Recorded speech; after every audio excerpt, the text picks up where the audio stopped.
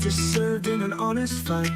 True crime tales till the verdict's right. Solving more than just trivial quests, where sentences rule at the defense rests.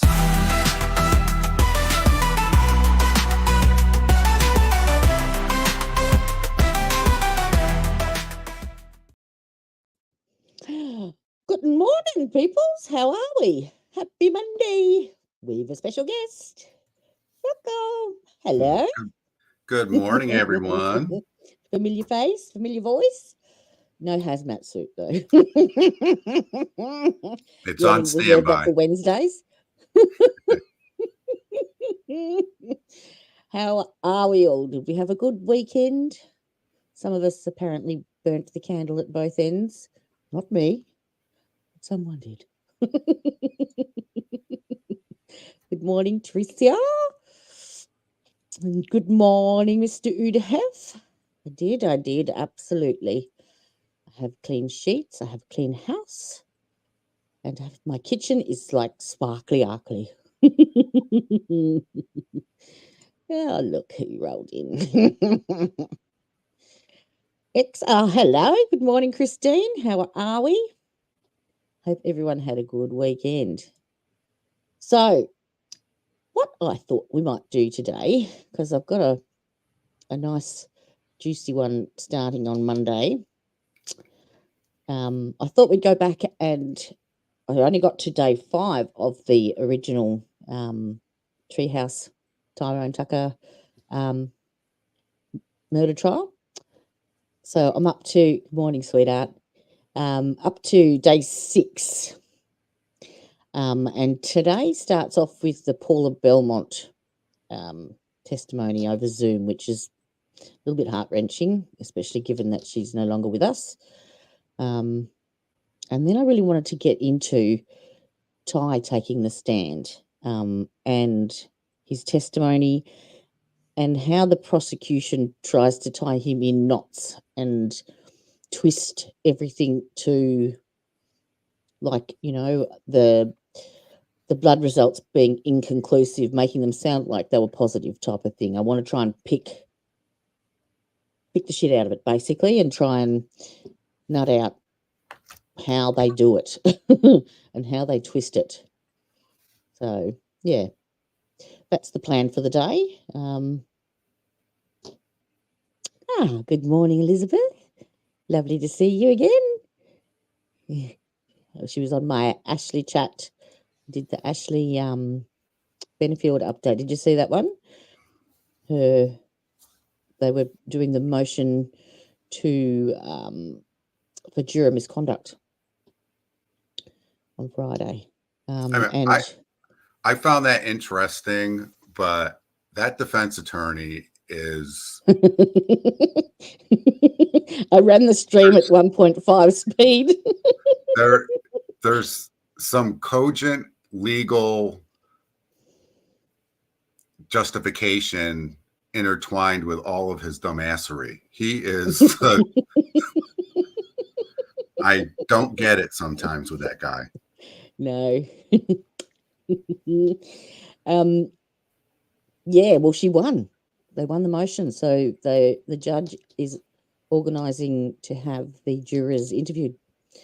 So I haven't got a date yet. I just don't know how he got over that hurdle. He was just... the judge or the prosecutor, the defense? The defense attorney. I mean, every time it was like, oh, yeah, that's a great point. Then he would do something else that just was like, what are you doing? Yes. I think each bit of it on its own wouldn't have been enough, but the entirety of it, the combination, I think, was probably what tipped it over the edge, perhaps, because there was just the mobile phone in the deliberations. Like, that's the sanctity broken right there. That timeline. Regardless whether it was incoming or outgoing. Yeah, that timeline, I think, was probably the best part of his argument that tied it into how could this possibly gotten out there. So, who posts that on Law and Crime Chat? I just kept going. I was like, you got it. Shut up.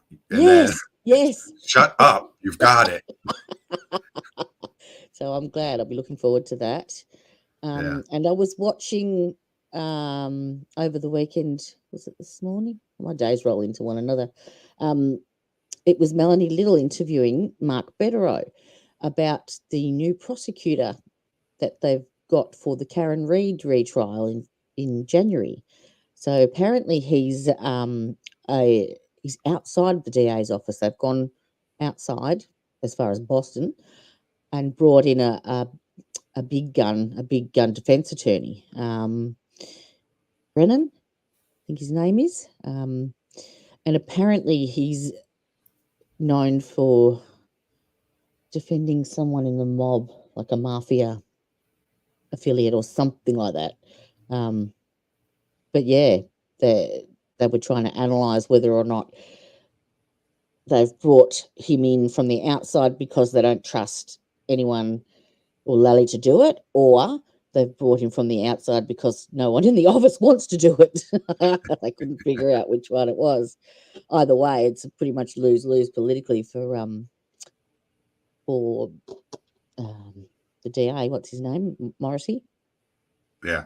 I just saw the first I heard of that was Vinnie Politan did something about it, and I didn't get it. He was analyzing why they brought in an outside DA, and I didn't get a chance to watch the whole analysis. Who are we referring to, Elizabeth? Are we referring to the defense attorney at Ashley Benefield or Lally? Either. That's a dual coverage statement, I think. Yeah, yep. Yes, he's supposed to be really good. Now, what the upshot was basically that Mark Betterow said, well, if nothing else, it's not good for really anyone else but the viewers because it'll be an interesting tennis match. It's like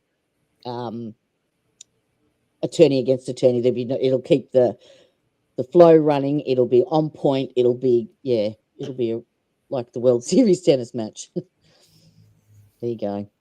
Unfortunately, it's at Karen's expense.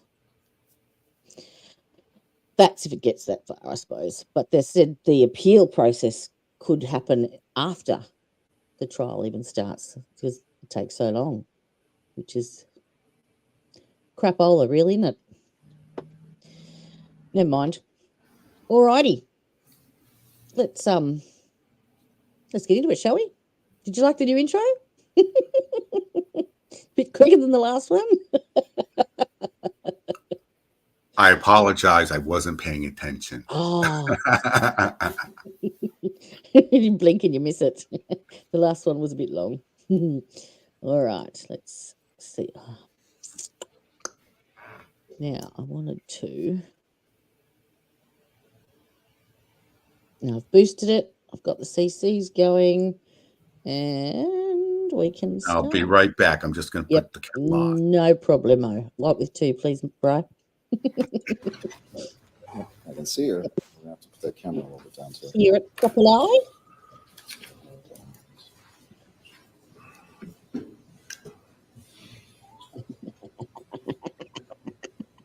Oh, yes. That was that hoodie guy. Oh, yeah. I was just making sure that, Yes, we do. No, it's my fault. I'm toggling it off now. You should be able to hear.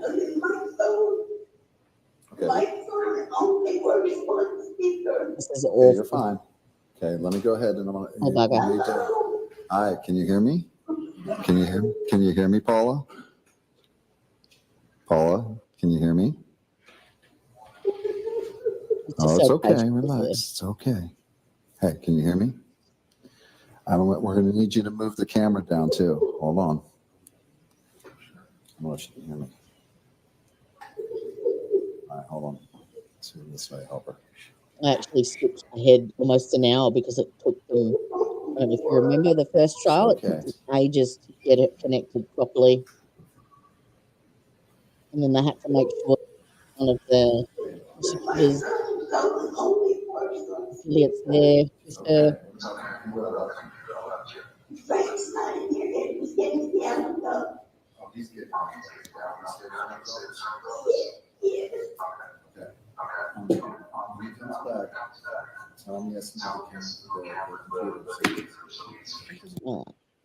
Get A different microphone. Hold on, let's try this one. It's on a different microphone. Oh, there we go. Oh, hold on. There's two different microphones. This is the microphone here, okay? So now you should be able to hear us. I can see the levels going up, okay? Can you hear us? Can you hear us now? Oh, that's still awfully low. Hold on.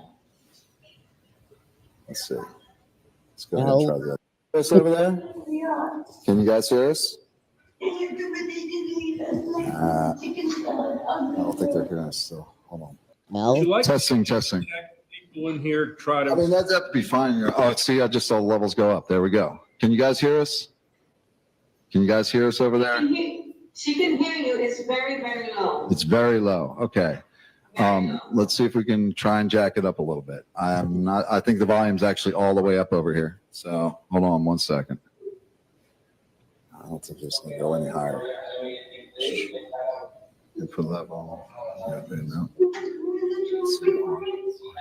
Automatically adjust. Oh, hold on. No, let's get rid of that.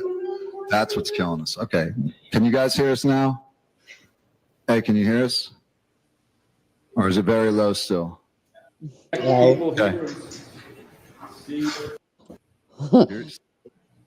We're in session until she's called. Okay. Paula, the judge wants you to be quiet until I tell you it's okay, okay? Just be quiet for right now. Thank you. Thank you. Okay. We got this. All right. So let's bring the jury in, please. This trial was, I think, the 25th of January it started, and yeah, she passed away, I think, the 8th of February, if I recall. I have got her memorial somewhere. I'll have a look whilst this is playing. Yeah.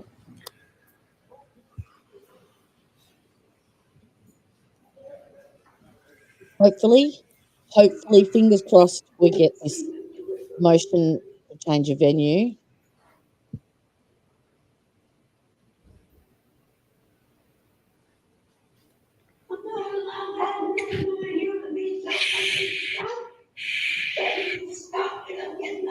Hey, Paula, we have to be quiet. Paula, we need you to be quiet right now. Hold on just a second, okay?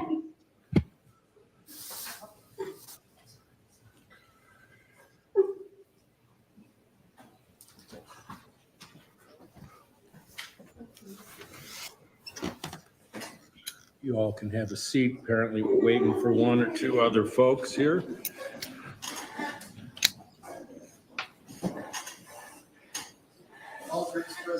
Thank you. Please be seated, everyone. Okay. Good afternoon, members of the jury. Thank you for your patience. I know that I asked you to be here at 1 o'clock. I'm sorry that you've had to wait. We've had some technical difficulties that we've tried to work through. I think that'll become clearer in just a moment as I explain to you what's going to. It's been over 2.5 years now that this man has been incarcerated for nothing.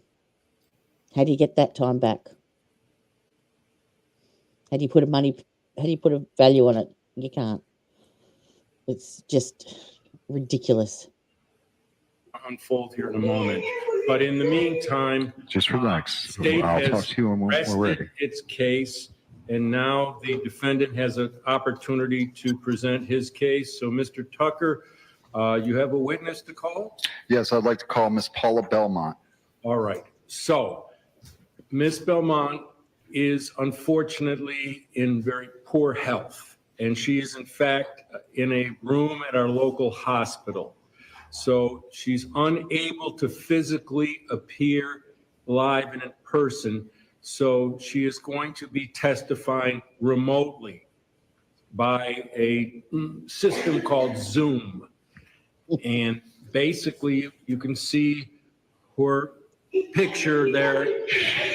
Paula, you got to let the judge talk. Let him talk for a second, okay? So she's there. You're going to see her as she testifies. You're going to be able to hear her, and she should be able to also see and hear. Although she's not here in person in this courtroom, you are to consider her testimony just as if she were, because other than it being remote. You see her, you hear her, she's going to be direct examined and cross-examined. So then we spent some time nobody's to talking get the yet. connections, Aw. which I'll tell you when. hasn't been Lovely. easy. And I did actually post up today 2 shorts, which are basically the information on where to send a letter to Ty, the exact information and the address and what you need to include, and where to send a care package. It's called icaregifts.com, and yeah, they have like care packages of like bundles of food and all sorts of stuff. So that's up there, and then I think the other one was Ty's phone account, how to set up an account, because he needs to have credit in. It's like a prepaid system. He can only make phone calls to his council and to his, PI and all the rest of us if he's got credit in that account. So that's up there as well. And I will put the mailing address up as well, but I hadn't finished editing it before I started the stream. I was too busy. I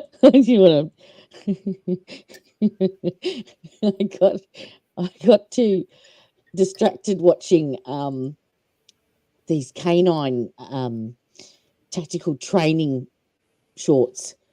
Oh my God.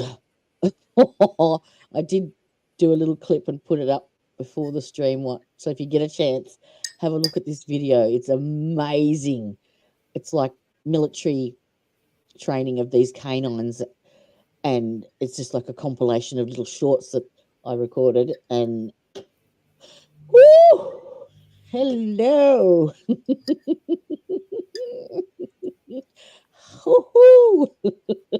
I was glued to the screen, almost dribbling.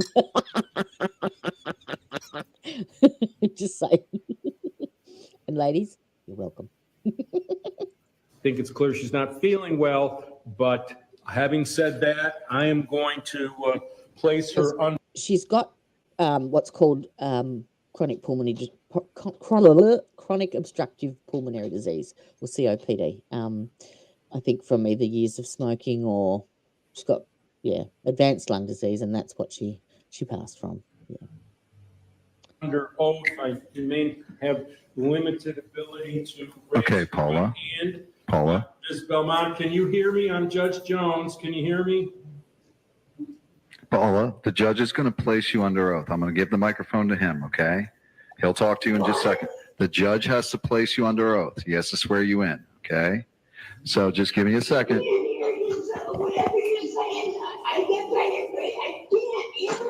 Shh, Paula. Do we need to reschedule? I mean, we can do that. No, not reschedule. Okay, I got you. Shh, relax. He's adamant. Okay. Okay, Paula. I need the judge to be able to swear you in, though. Okay, so you have to just calm down, whatever. Okay. Right hand. He wants you to raise your right hand. Okay, right hand. There you go. That's it. And I'm gonna give the microphone to Judge Jones. I don't need to see the judge. Okay, just, I see you have your hand raised. Do you swear or affirm the testimony you're about to give in the cause now in hearing shall be the truth, the whole truth, the nothing but the truth, so help you God? Are you the judge, man, in front of me? Yes, ma'am. Okay, yes, I swear. Okay, thank you. You're welcome. Okay, Paula, well, you're sworn in, so we can actually ask you questions now. Okay, ladies and gentlemen, jury honors, welcome back. Judge, objection. It's all right. It's just a little introduction. So Anyway, thank you for waiting for us. And again, like the judge said, it's just some technical difficulties, and as you see, she does want to testify for you, to give you a testimony. Okay, Paula. Okay, you ready? Are you going to be good? Yeah. Okay.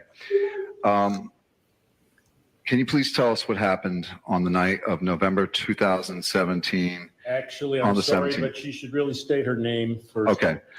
Can you please state your name for the record? Just tell. Hold on, Paula. Hold on just one second. Okay. Now, let's have a medical fact. How many liters of oxygen is she having through the nasal prongs, and why? I know Brian knows this one. Well, generally, when you've got COPD, you are what's called a CO2 retainer. So your respirations are not triggered by the oxygen levels in your blood. It's more the CO2 levels. So you can only have a certain amount of oxygen via the nasal. Is that still the case? 2 liters nasal prongs for COPD, Brian? It's been 15 years. Yeah. Not all people with COPD are retainers. And what you're talking about is what's called hypoxic drive, where people breathe according to oxygen levels versus carbon dioxide levels. It's got a different name now. Every 10 or 15 years, the pendulum swings on that theory, and it's always up for debate whether it actually exists or not. Yeah. Either way, should be on a lot of But you steroids. really, in most circumstances, you don't want to give anybody higher levels of supplemental oxygen than they need, because it's actually, oxygen is an oxidizer. It's corrosive, and it can actually damage lung tissue if in too high concentrations for too long period of time. Can you give COPD patients CPAP? Yes. Yep. And oftentimes we'll use CPAP or BiPAP as a rescue therapy when people have acute exacerbations. They come into the emergency room, and we'll give them some positive pressure to help reduce the work of breathing. Yeah. CPAP is chronic. Continuous positive airway pressure. Yes. Yeah. So it adds pressure to. So that's where you got the mask on, and it adds pressure. It forces the air more into your lungs than just having an oxygen mask on, basically. Yeah. And I probably need that for overnight. I reckon I've got sleep apnea. It has many uses. One is for sleep apnea. And it probably, in Paula's case, because the elasticity of the lung tissue is she's end stage. Is gone. Just blow. The CPAP actually acts as a sort of a internal splint to help keep the airways does it? from collapsing, so that works the opposite. Gas exchange. I would have thought that the lung tissue would have been too delicate for that.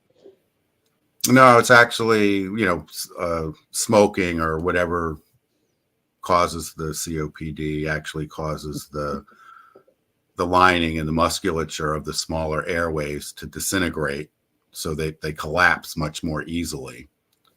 So, real high pressures, you can certainly blow out lung tissue and cause, pneumothoraxes and those kinds of things. But yeah. We're usually very careful with that. Look who dropped in. Are you talking about mine and Bry's interview? Welcome, Mr. Baker. Popped on before the stream, did we? Welcome. Thank you for joining us. It's nasty. It's a slow, insidious, horrible way to go. Horrible. Almost like you're asphyxiating, basically. You just can't get your breath. My mum has it as well, and do you think we can get her to stop smoking? Damage is done, though, I suppose, isn't it? After what? 65 years? What do you do? He's put on oxygen at night, plus he has inhalers for it. My mum has it. Well, if you're still smoking, they won't give you the oxygen tanks to go home with, which obviously because it's an explosive. So my mum doesn't have that, but she's got 4 or 5 different puffers and medications, and Yeah, it is awful. No, she didn't. No, she didn't. She passed away, I think, was within 2 weeks of this, because it was early February, I'm sure, that she passed away. No, it's not. No, no. You're a crack up, broken breaker. All right, we know who she is. Okay. Like drinking. Okay. Another thing. Me and Roger used to hang out upstairs. I don't drink, Roger used to cut the grass. And every Friday night there was a spot for Roosevelt, because he was my really good friend. Earlier that day, this guy from Norway, Detroit, and this Travis dude who I'd never seen before, came up the stairs with the provide. We were having a bar. I don't believe they're April's friends. They left. I didn't think nothing of it. She looks about in her 60s there, but I don't think she was that old, was she? That's one of the side effects of. Are you frozen, Bri? You froze there for a second. Do you know how old Paula was? Because she looks in her 60s there, but she was way younger than that, surely. I don't know her age. Until hours later, when out of nowhere, this man comes running towards me, and it was dark, cutting a 3/4 yard, wearing a mask, but I couldn't figure out why he was running towards me so fast. And he jumped on me, and I didn't realize I was caught at first. I thought he was just pressing his light into my neck, really over. And I said, my Ryder, help me, he's hurting. And I couldn't figure out Ryder was helping me. And then all this craziness happened. And every time, I get kicked on the floorboards and yell ground. Every time I yell ground, I tell you this should be done. But I remember looking up at this man's face. In my mind, I heard myself say, in my face, I heard myself say, Detroit, why are you doing this? I literally heard myself say it. I don't know why I didn't say it out loud. Something stopped me, and thank God I did. Because he probably would have killed me right then and there. But he said he had done there earlier that day. And I'm not knowing if it was $50 we could drive it down. Because I was just getting sick. I needed to make a little bit of money. I'm going to object to the narrative at this point. Well, I know Mr. Mansfield, but in light of her condition, I'm going to let her testify by narrative. Yes, Mr. Mansfield, sit down and shut your pie hole. There was 4 different properties on that property, and each person has still life separately, but the check comes to one person. April got hold of that check because she got a lot of back. Now, in the interim, I was sorted out on that, not to take over, but turned out bad because we were noticing weird stuff like let's try to go her, like Uber rides and stuff like this and To the that. extent that you can't interject with a question, you should try. Okay. Hey, Paula, can you, Paula, can you explain?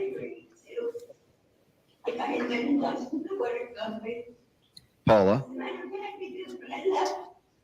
I told Ben, I said, and listen, the water's going to be shut off. It's in my name. But in that is account, it's all approved. hey, Paula, can you hear me?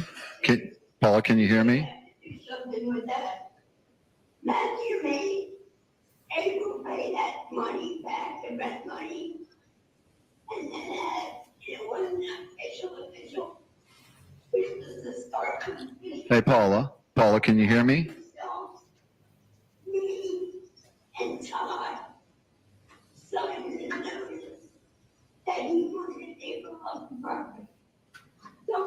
Did she just say it was her and Todd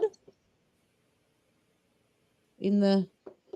Because I know she was going on about Anathea Clay, and the theory goes that Anathea Clay was an informant. She's also passed as well, and they were sort of arch rivals almost, because Anathea Clay was supposedly this informant for the organised drug squad, I think, which is why they found that $100 note with that was marked, because it was apparently a bit of a drug sting as well, which is why the officers arrived on scene so quickly, because they were staking out the some drug deal.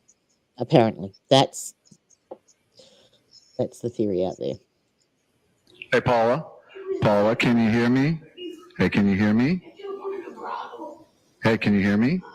Paula? There's never no drug bust on that property. And one thing I want to say to this Mr. Mansfield, you make me sick. Absolutely make me sick. Paula. Hold on. Hey, hold on. Hey. Good on you, Paula. That's on the record. Hey.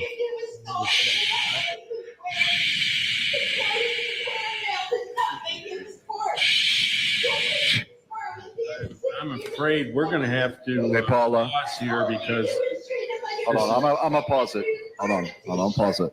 Hold on. Hold on. I got this. I got it. There we go. Paula, you got to listen to me. Okay. we're going to approach the bench here a second. Poor bugger.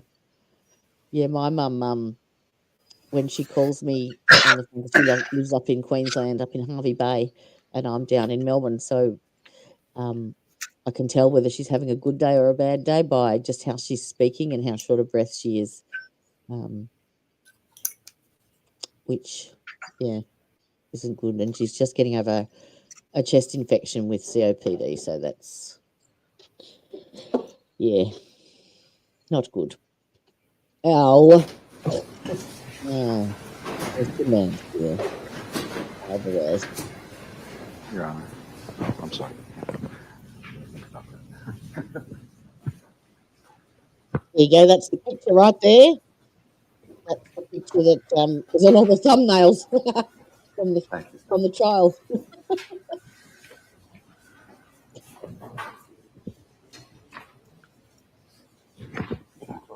I know. That's why I'm not going to tell her. Gotta tell her.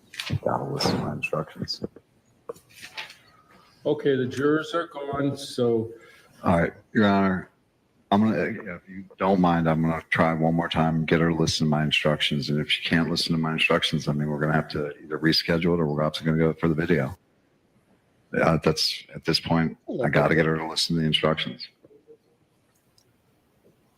state one. At this point, first and foremost, I'm moving to strike the 2-minute time right against me.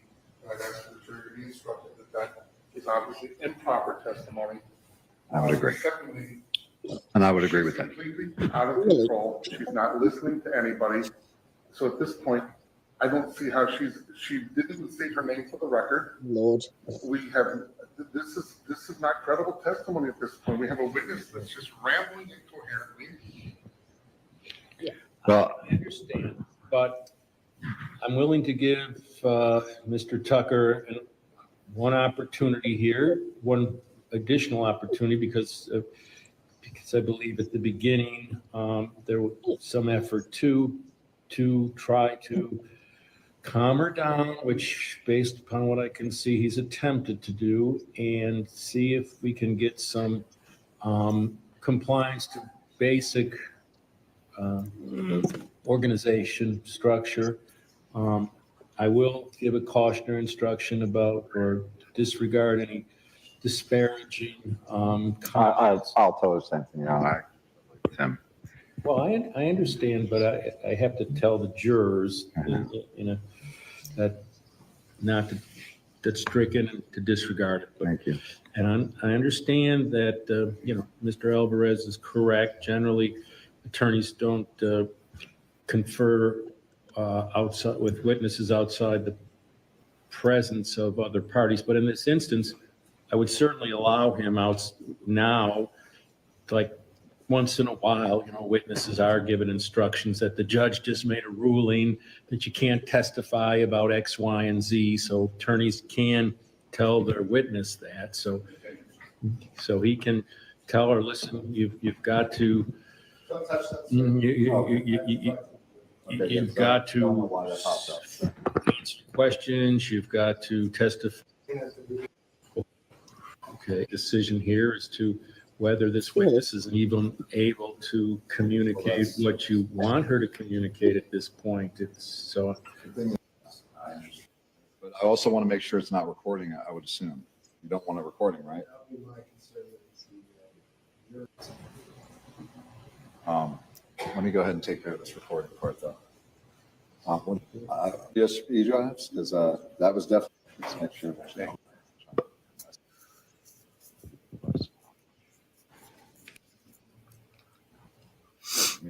Found it. Stop recording. I just found it. There we go. No idea. So I told you know what? This might be infectious.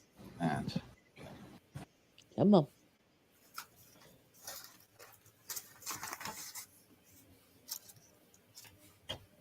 stop, okay? Because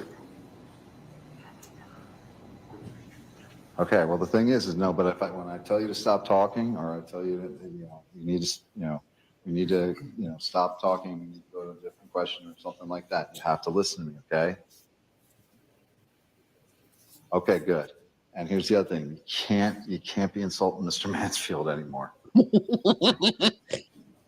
I get it, but I get it. I understand. The thing is the judge isn't going to allow that, and all it's going to do is make it so we have to turn it off. That's all, right?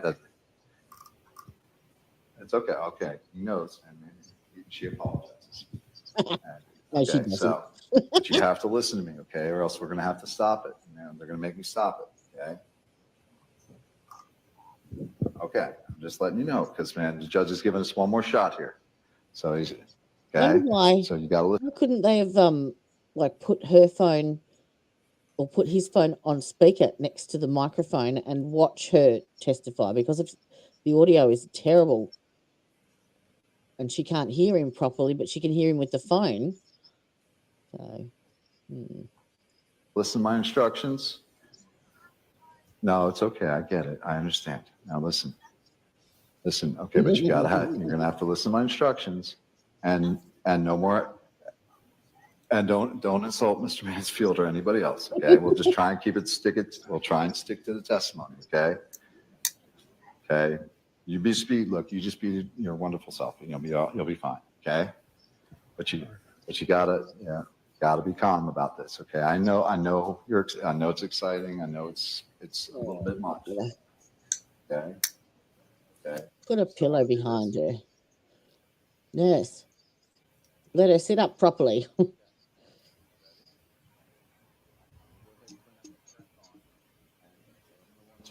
We'll do this later. Okay. We're going to want to check to make sure that there's. That's not my audio. That's the court's. I've got it boosted at 510.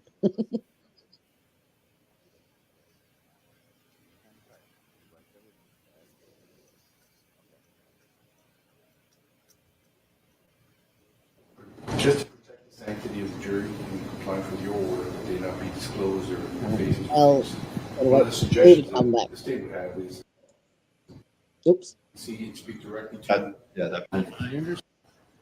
Look, I just went. Why don't you stand at the? Look, see. It's not recording on our side, it's in person. Still gonna have some jurors. The other computers receive record from that side. Get the Down. recording because it was recording on that side. Lordy be. Okay. Yeah.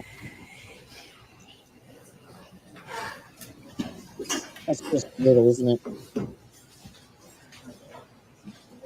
So cool.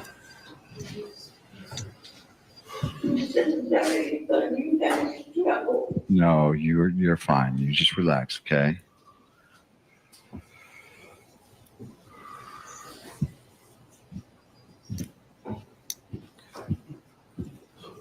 All jurors present at court, Your Honor. Thank you. Please be seated, everyone.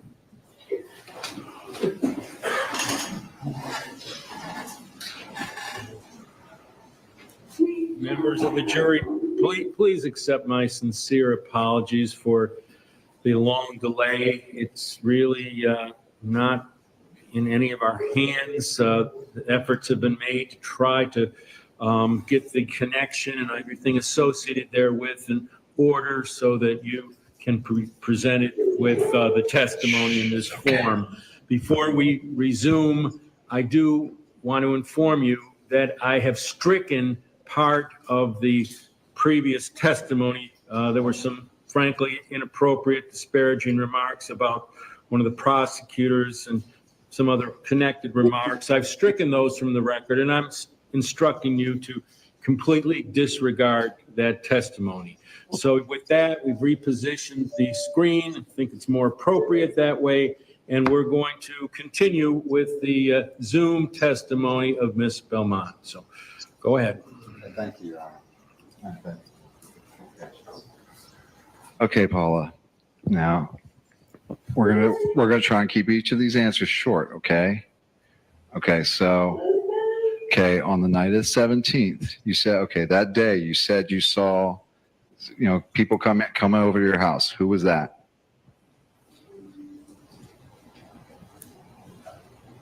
Who came by? People of my place here. Okay, who came by? Matthew's place. Okay, and who came by Matthew's place earlier in the day? Yes.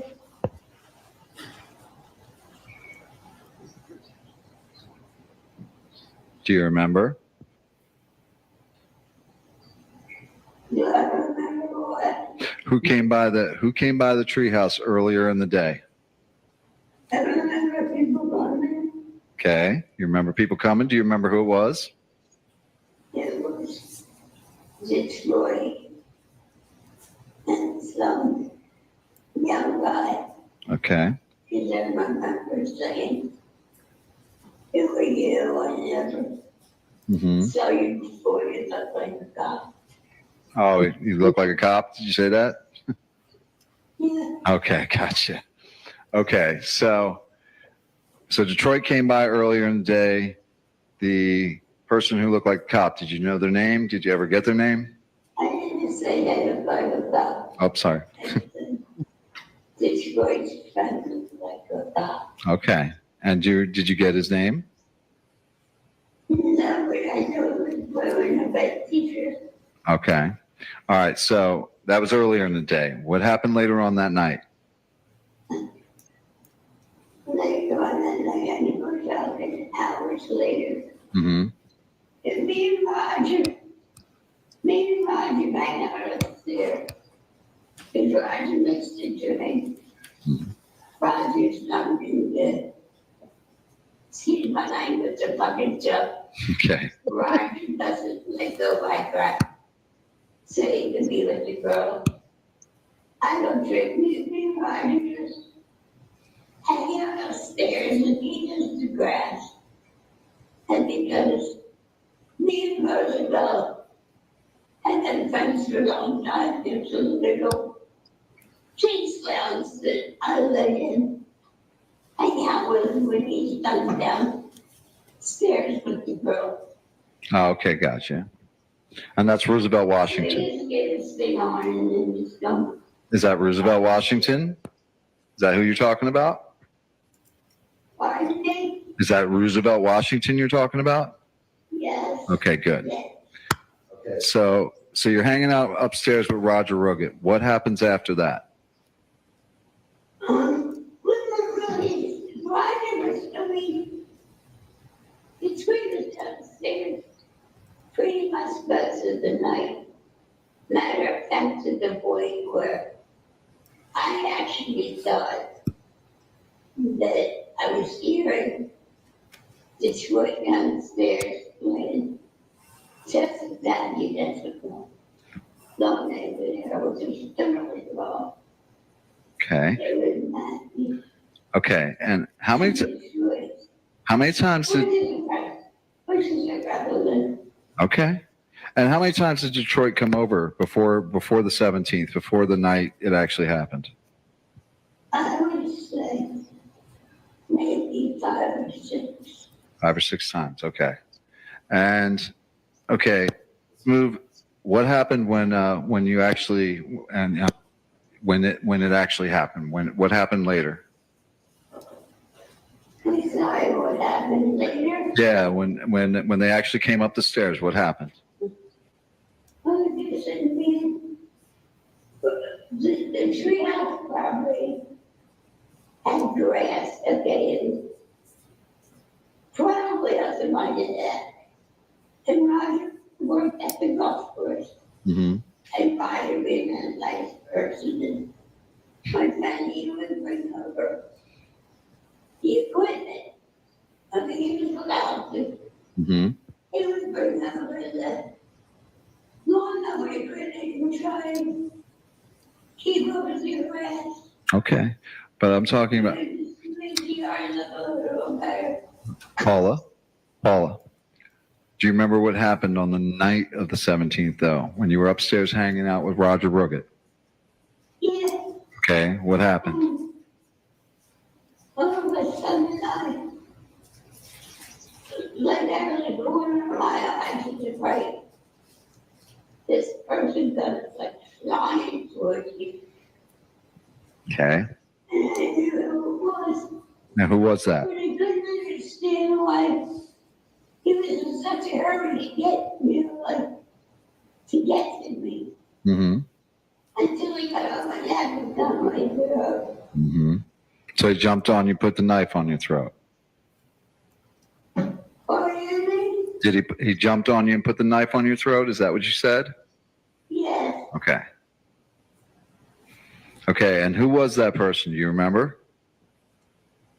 It was the Detroit. And how'd you know that, Paula? Matter of fact, he was wearing the same clothes that he had on previously in the what is the Berlitz one? Okay. Some people together them down here better than a lot. Some people only have one set of clothes. That's not my point. My point is I know exactly who it was because of what he was wearing. Because of what he was wearing? He said he was wearing the same clothes he had on when he saw her earlier in the day, the same T-shirt. But John Travis Johnson says that they did the drive around and then they went back to get changed into dark clothes at the warehouse. But she's just stated she knew exactly who it was because he was wearing the same T-shirt and she couldn't work out why he was in such a hurry to get to her. Because he'd been there earlier on in the day and then went downstairs and she thought she heard him playing, I think she said chess with Matthew downstairs. Wow. Okay. Travis, you're in trouble. Doesn't bother me at all. Okay. So you knew who it was because of what he was wearing because he wore it the same day, right? Ah, So we get that right? Okay. And was there anything else to let you know who that was? Pardon me? Was there anything else that let you know who that was? He's big, he's a big person. Mm-hmm. He hadn't been hanging around the house like here and there. Mm-hmm. I'm a fair person. Okay. Him and his wife have actually been like this, and they still, to this day, don't know her. But I actually offered him that he could like hang out at the place. Okay.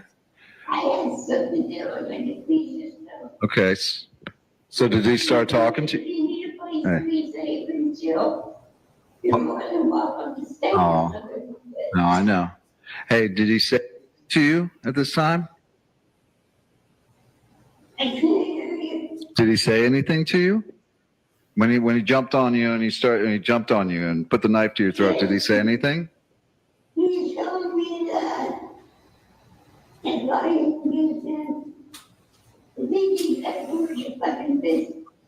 And you give me my own kill him. Okay. And was he by himself or was it somebody else there? There was somebody else. Okay. Okay. The same guy that had been there earlier that day. Okay. The same guy who came with him earlier that day. Yeah. Okay. And how did you know it was that guy? I never saw him before. Okay. I got you. He was wearing a red t-shirt. And then when I saw on the newspaper articles, I knew not that I knew who it was, Mm-hmm. but I knew exactly Okay. who it was because of that. Okay. And what did that guy do?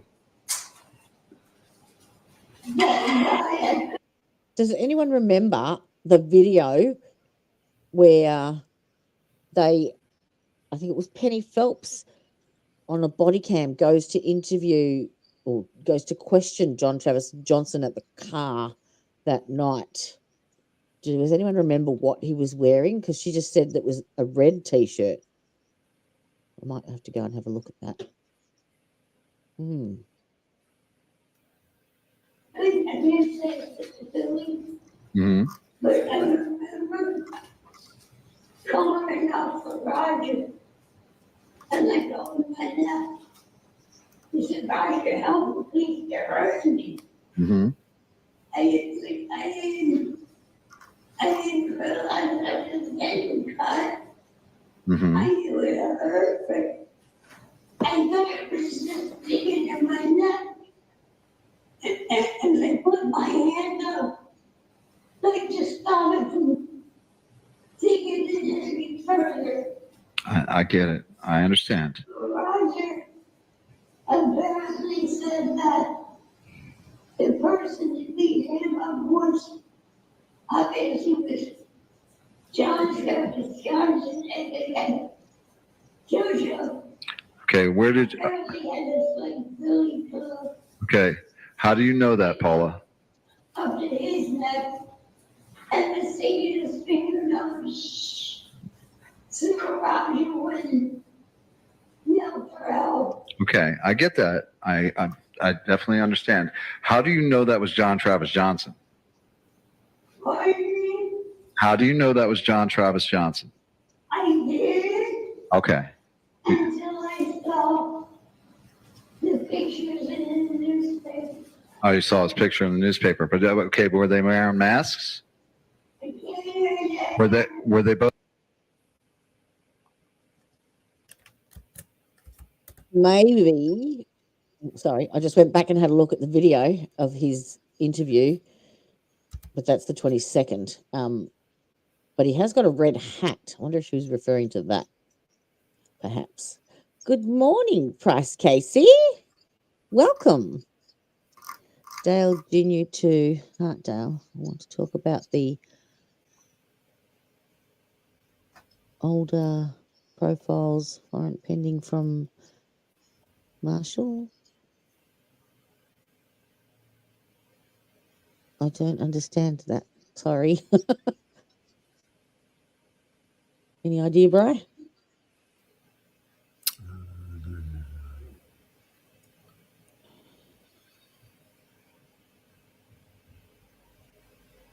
No, sorry. I don't understand that. No, sorry. Type it out a different way, maybe. Sorry, sweetheart. Both wearing masks. I didn't see the second person wearing that, Okay. but I did see what I was saying was behind part of him. The behind part of it. I saw the width of him. I saw I have been Okay. alive. Okay. I heard this voice, and Okay. at this point, I don't know what I heard. I either heard him say, we killed him, Okay. or I think we killed him. Okay. Was he still up? I didn't want to do. Was he still upstairs? I didn't want to say it. Okay. Although I didn't know it was, and at the time I just knew that it wasn't Tyrone. Okay. It's okay. Paula, when you heard this, was he still upstairs or was he someplace else? Oh, well, I was confusing me for a little bit. Uh-huh. Because originally he was there, and then he wasn't there. Okay. So you just, I know it's so strange. okay. Was Detroit, was, And the whole time I kept saying, okay. he must have walked up behind him somehow or something. Okay. But about a year ago, I found out that Roger watched him kind of like jump over the fence and go back up behind him, which actually made it a lot more clear. Okay. That's why I couldn't figure out Okay. how he was in front of that and then behind that Uh-huh. and then in front of that. Okay. So you saw Matt come up though. Did you see Matt come up the stairs? Matt made it 3/4 of the way up the stairs. Because I was yelling for help. Okay. I kept kicking. I kept kicking on the floor. Screaming for help. Okay. So Matt made it. Maddie's property, not mine. Okay. I got you. I understand. Okay. So you said you saw Matthew come up to the top of the stairs. Is that okay? I'm just trying to make sure we got this right. Okay. So, Pardon me? okay. I'm just trying to make sure we're very clear for the jury. I want them to understand what happened to you. Okay. Okay. So you saw Matt come up to the top of the stairs. What happened after that? He came up and they were approaching me. And they were coming. And down the bottom of the Maddie took his mask off. Okay. And I remember him saying, what are you doing here? And then it was trouble from that point on. Okay. Because Matt, you what did Detroit look like? Okay. So it was Detroit he saw. Yeah, Okay. And it was He said Detroit. Matt knew it was Detroit he saw. okay. It was on top of me. It was Detroit. Okay. It was stuck Matt. Uh-huh. It was my blanket, the blanket that I was on. I remember. Smaller from one end to the other in blood. I remember. For me getting cut. Okay. They left it on the bed too. I know. They didn't reference, they left it on the bed. Okay. You're talking about the blanket that the forensic people left upstairs, correct? I can't hear you. You're talking about the blanket that the forensics people left upstairs, right? I'm talking about the blanket that slept on every night. Okay. Okay. So that's the one that you said that they left it there, the forensics people, right? They left that blanket Okay. right here on that bed. Okay. Just clarifying. I want to make sure we keep it clear here. When sticking out of wood to crack, I'm not gonna lie about it. Oh, I know. That sticking out of wood to crack is I know. floating around. I know. You're blatantly honest. I understand. Getting sick. My medicine Uh-huh. is over $6,000 a month. Alright. It's very difficult to understand her, but basically she said Matthew came up three quarters of the way up the stairs, and Detroit headed for Matthew, and she said Matthew realised who it was at the time, apparently, and the other assailant, she said one second he was there and the next he wasn't. She couldn't work out why, but she found out later that he'd jumped over the fence and then hiked it, like jumped out the back of the treehouse and then over the fence. So, and Detroit is Rory Wilson, who is the dark guy with the pregnant girlfriend, April. Yes? I think I got that right. All right, we'll skip past her because it's poor bugger. It just breaks my heart.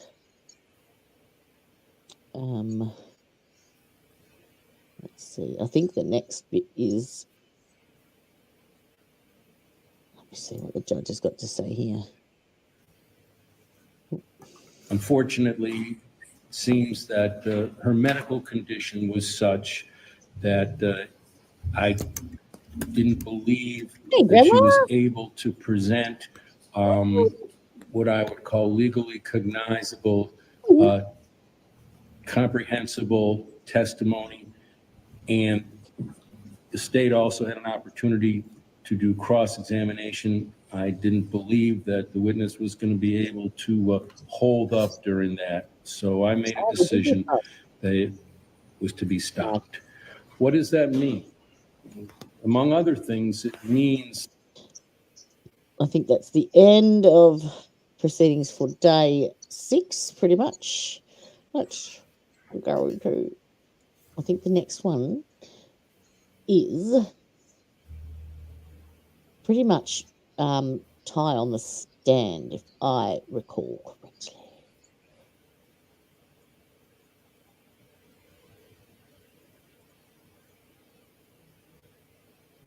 Closed captions not available. Okay, let's find where they come.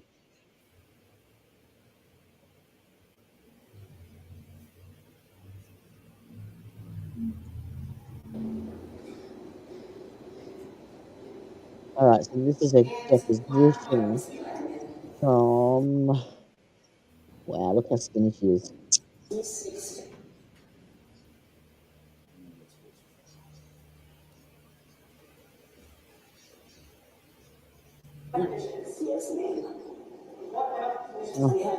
Severe COPD with She was definitely Just on trying some... to get it where the question... She was definitely on some steroids in the last one, in the last video, wasn't she? Good morning, good morning. No worries, sweetheart. I can't remember whether or not she repeats. It might actually be clearer on this interview. I really wanted to get into Questions start, that's all. So Can you hear that okay?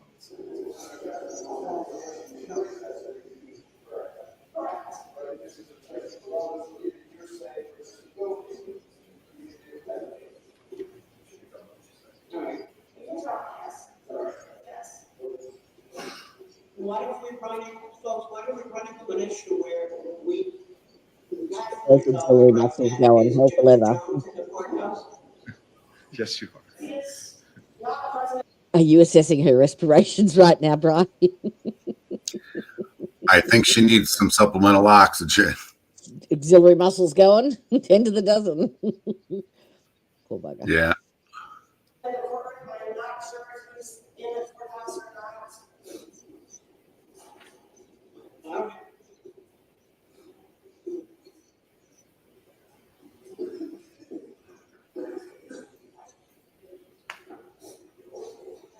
Is there anything else that we need to address? I was going to ask them for I can't hear that. The question. Ladies and gentlemen, this is going to be Christine Boyce from the state. Just to make you aware, it's going to be Christine Boyce from the state who's going to be asking the first questions. So it'll be the state side. Can you please state your name for the order? How So she's 4 years older than me. Rode hard and put away wet. She looks rough.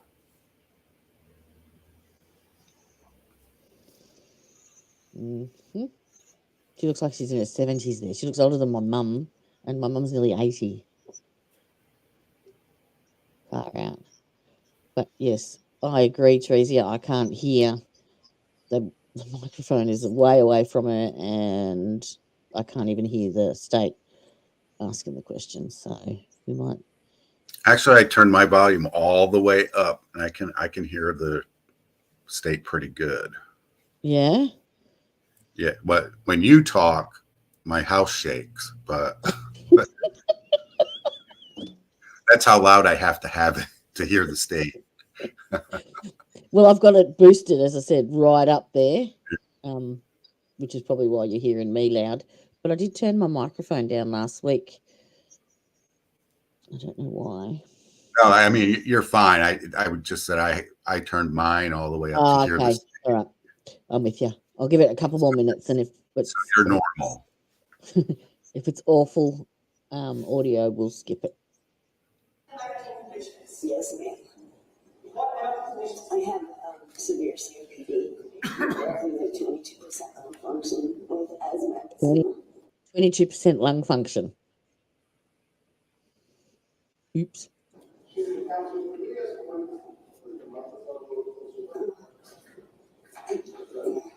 that better? This one? Nah, that's Better? Okay.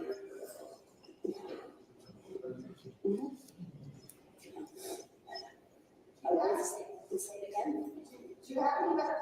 Yes, ma'am. I have severe COPD with severe emphysema, asthma, roughly 22% lung function. Is that one of the reasons that you're not wearing a mask today? Yes, ma'am. Now, are these medical conditions unrelated to the reason you're testifying here today? Can you repeat that? Are they unrelated to the case for which you're testifying? Why I'm here today? I'm here today because I'm not expected to be alive when trial gets here. Is that what you mean? Okay. Now, do you take any medications for your medical conditions? Yes, ma'am. What medications do you take? I take Convent, I take Albuterol, I take Albuterol petroleum, I take Performance, I take Almala, I take Versutimab, I take Delarest, I take blood pressure. I'm on an nebulizer 10 times a day. I think that's it. And have you taken any of those medications today? Yes, ma'am. And will those medications impact your ability to recall what happened at this meeting? No, I don't recall anything, no. And do they impact your ability to testify here today? No, ma'am.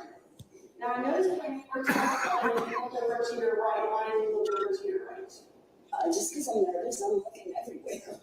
Did you bring any of your medications? Yes, ma'am.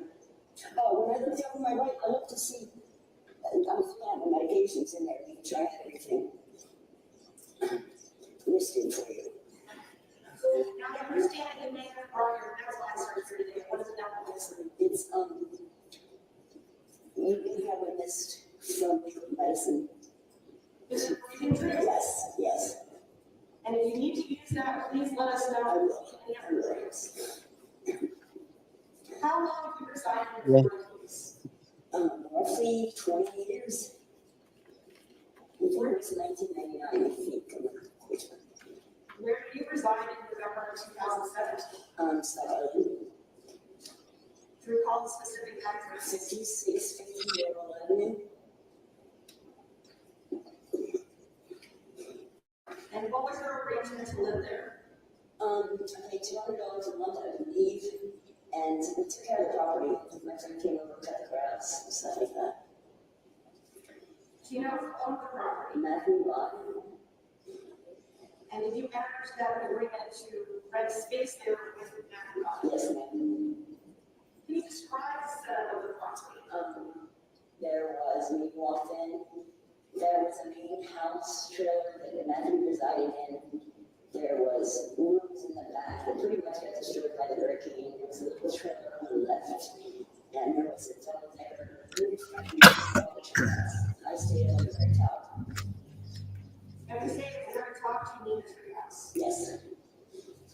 why was it called the Treehouse? I don't know. It's because it's made. I don't know. It's just called a treehouse. Can you describe the treehouse? It's like a two-story structure. Three sets of stairs, but 2 actual stories. So over the top of Matthew's trailer house. All right. So just to kind of recap, so we said there's this treehouse structure, there's a trailer, and there's a travel trailer. Yes, it's in the left. Who lived in the travel trailer? Ben Hansen. And did anyone live in the trailer with Matthew Bonnett? Not with Matthew specifically, but online. Yeah, residents. Behind where Matthew was locked off, and behind that there was 2 other neighbors. Anthony Clay lived in the back. And Anthony Clay also go by another name, April. Now, specifically talking about the treehouse structure, if you were going up to the first set of stairs, and you kind of described us how you would walk in and what the treehouse. Okay, you went up the first set of stairs, and to your left there was a small platform room, and then you went up another set of stairs to get to a landing, and you turned the corner, and then you got upstairs to the top structure. Where did you reside? Up in the top structure. Yes, it's it was just open. I had a chase lounge, another chase lounge. Did you have running water? Pardon? Did you have running water? No, no, CPS. What's that mean? CPS. That's where I was. And where was CPS? Right across the street.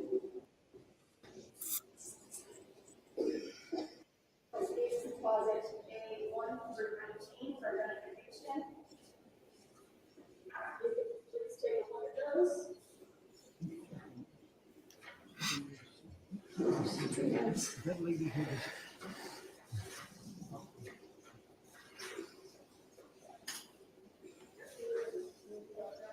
Yes.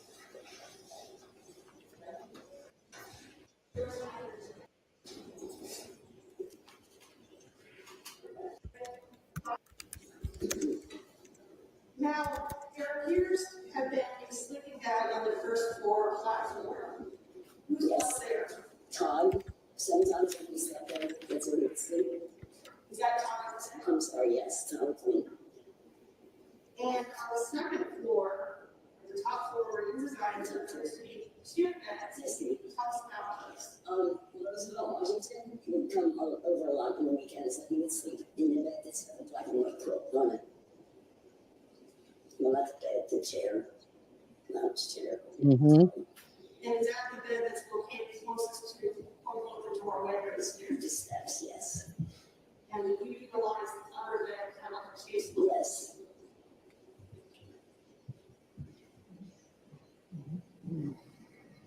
Did Roosevelt Washington plan on staying with you that night? It wasn't really specifically said. All right. Focusing your attention on Friday, November 17th of 2017. What have you done earlier that day? I was hanging out upstairs with my friend Roger again. Had a friend drop me off some ice, and a friend would come down and brought me a roast beef and cheese sandwich from Arby's, and basically we were just sitting around. So let's start earlier in the day. Do you know approximately what time you woke up? What time? You woke up. Oh God, probably 8 o'clock, 9 o'clock. How are you feeling that day? No, well, I wasn't breathing good.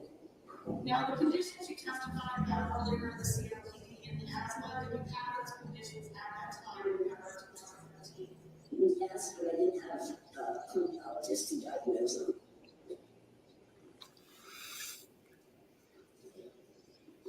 Did anyone come up to visit you in the treehouse? Yes, ma'am. Who visited you first? Lori Wilson. There was another person who I don't know who was. How did you know Lori Wilson? Because he had the property previously. What did you know him as? Detroit. Approximately what time did Detroit That's somewhere around, sorry. Now, for Detroit, how many times have you been in previously? Maybe 5 or 6.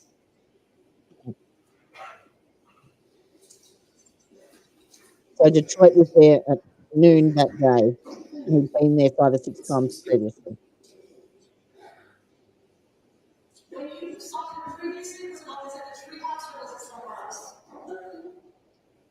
I saw him one time over at CBS in the lobby, and then one night I saw him outside of the Treehouse. I don't know if that counts as the Treehouse. He was outside of the lobby trying to get in, asking to come in.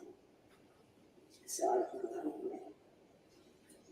And the other times then you would see him at the Treehouse? Yes, he saw the property inside of the gate. How much total time have you spent with him prior to November 17th? Maybe 20 minutes.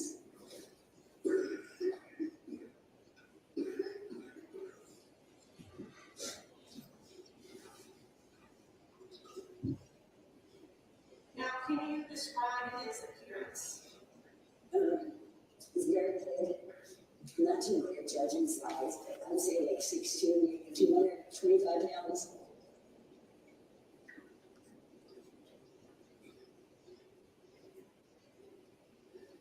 And it's black, white, He's a black man.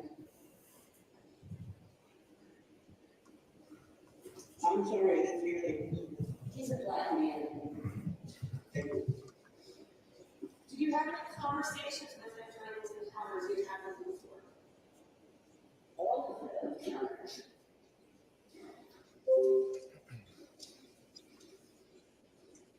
Were you familiar with his voice?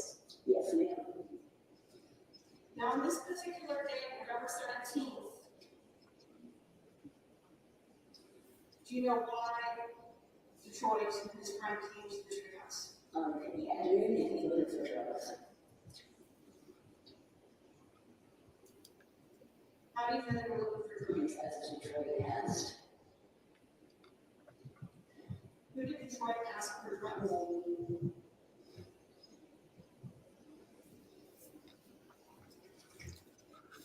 Back in November of 2017, did you use drugs? Yes, ma'am. What drugs did you use? Have you used any that day? No.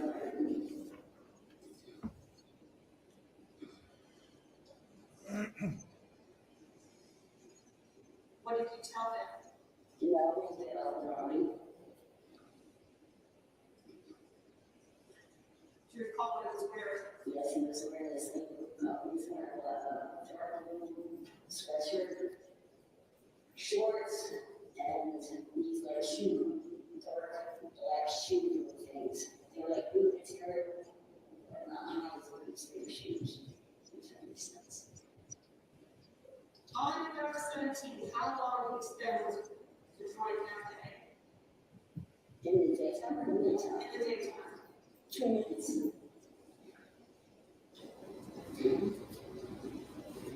Now, due to COVID-19 safety precautions, some individuals are located here in Detroit, and some are appearing remotely in Minnesota.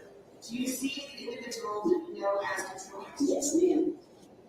Do you see him here in person or appearing remotely? He appeared remotely. Can you please describe what he is wearing? All I can say is the blue mask. Yes, and nothing else. Is there anyone else in the same frame? Yeah, but we're 80. I'm sorry, I'm running. All right. And in the record reflect that the witness has identified committed Roy Wilson as appearing Lacey in this crime. Now, after Roy Wilson had left in the morning, did you have any encounters with anyone else during the afternoon? Washington, I appeared. There's a big longer and then they come up the stairs. Todd Quinn. My friend moved from Valley Heights. Can you repeat that name? Nick, that's his actual name, Nick. L-I-N-K. So let's talk about each set of individuals time to time. We talked about Crystal and Matt. Who were they and when did you see them? Matthew was Matthew Bonnett, and Crystal did fly her up here to see April, and said she wanted to see me, and she was there with one of my friends, and Matthew brought her upstairs. Do you know approximately when that was? It was early, I think around 10 o'clock. So before Lori Wilson and Yes. Now you mentioned Tyler Quinn. That was the afternoon. Do you know or recall if he stayed there the night before? I'm not sure. I don't think so. And as far as that afternoon, in what context did you see them both? I was trying to put it to her, put it to her up in the stairway, so we couldn't just go like up. Now, you previously testified that you lived in the treehouse and the treehouse didn't have a door, so was you trying to help set up a door Yes, to the treehouse? yes. And was the door going to go to the first bottom of the stairs or to where you stayed? The very bottom of the stairs. And what did you do to try and put up this door? Nobody brought the door. And the door didn't fit right, so I'm sure I fell off the stairs.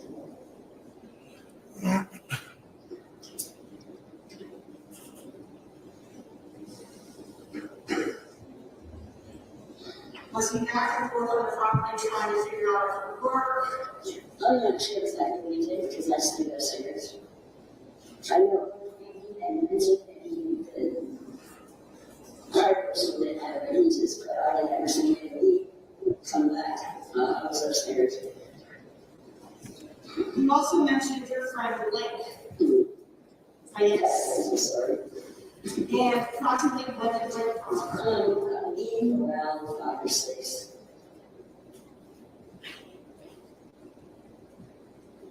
And you said he came over because To box the lights from the store.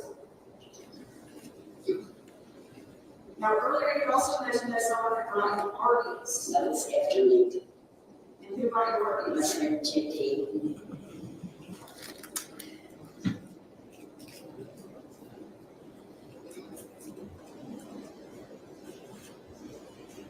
And that was before or after Lynch? I believe it was after me. And you also mentioned Roosevelt, Washington. Yes, ma'am. She was there every weekend, pretty much. And what did you see him do? Yeah. Oh, he came upstairs to say hello to me, then he was downstairs at the mat.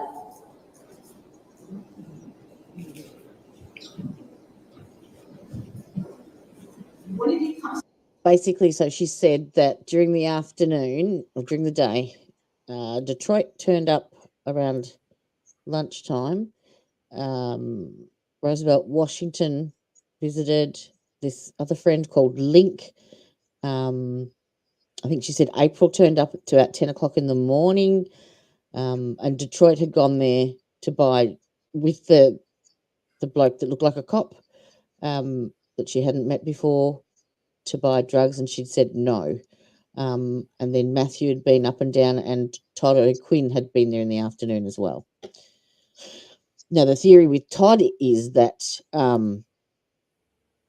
he was the one that told Detroit about Paula getting in some more drugs later on that afternoon. That's the theory. Upstairs to see you. Because he always came out to see me whenever he showed up. At any other point in time of that day, did you come upstairs? I don't believe so. 4 o'clock maybe. After he's done work. And when did Robert come over? Roger comes in around 2. What were you and Roger doing? Oh, I didn't know Roger drinks beer. He would come over every weekend to drink beer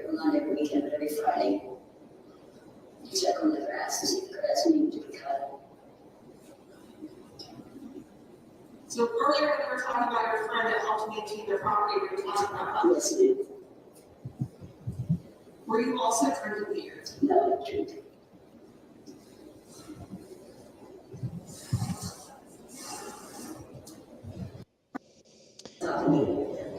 He put the knife to my neck and told me, give it to me or give me Too far. money at me. And I couldn't. Oh, next thing I know, I'm just gonna say this because I know it was Detroit. Wilson came running at me, and I couldn't figure out how he went at me, and then jumped on top of me.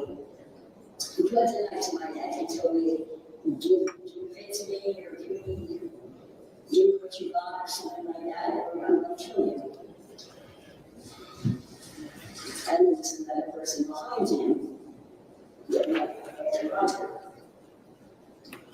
So let's talk about each individual one at a time. What was the person who came after you wearing? Dark blue black sweatshirt, shorts, blue shoe things, and a mask. Which I didn't realize at first he had a mask on, because he jumped right on top of me. How big or small is this person? Big. He roughly around 6. He's only 225 pounds. Again, I'm not going to tell you the judge size-wise.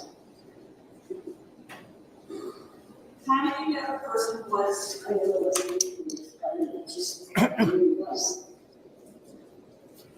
The voice, after hearing the voice, there was no doubt in my mind. He was wearing the same clothes and we were at the house earlier.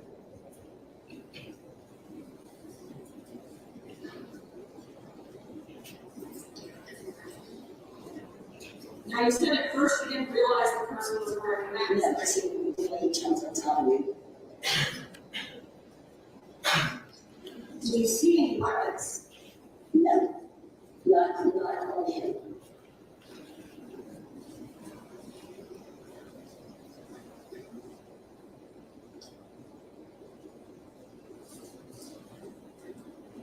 So the Detroit that you referred to as coming to the property earlier, is that the same person you're saying is there now? Yes.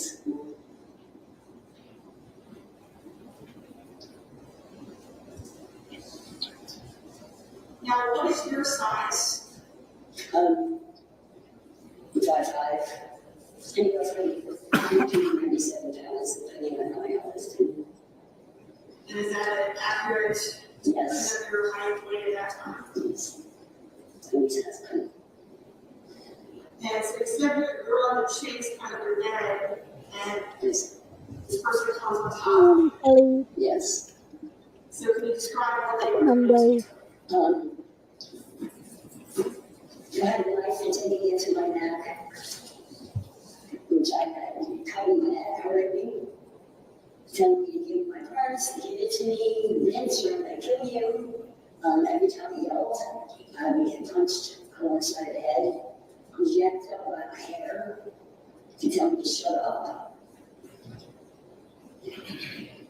Now, you said you didn't see the knife. You're saying you felt the knife. I saw the knife. Can you describe the knife? It was sharp.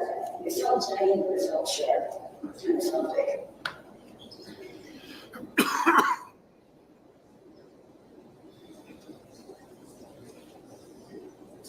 Now, you described that there was a second person that had come upstairs as well. Yes.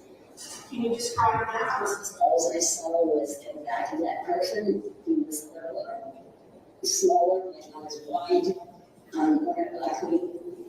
I just saw the black one. And holding something that looked like a billy club or something.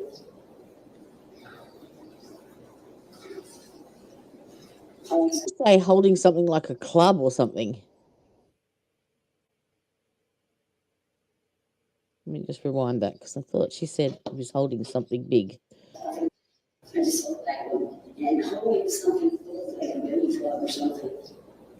Holding something big like a what? A billy club. What's that? It's like a baton that the police use. Ah. Because Something haven't they big. said all along that there was 2 knives? They both had a knife each until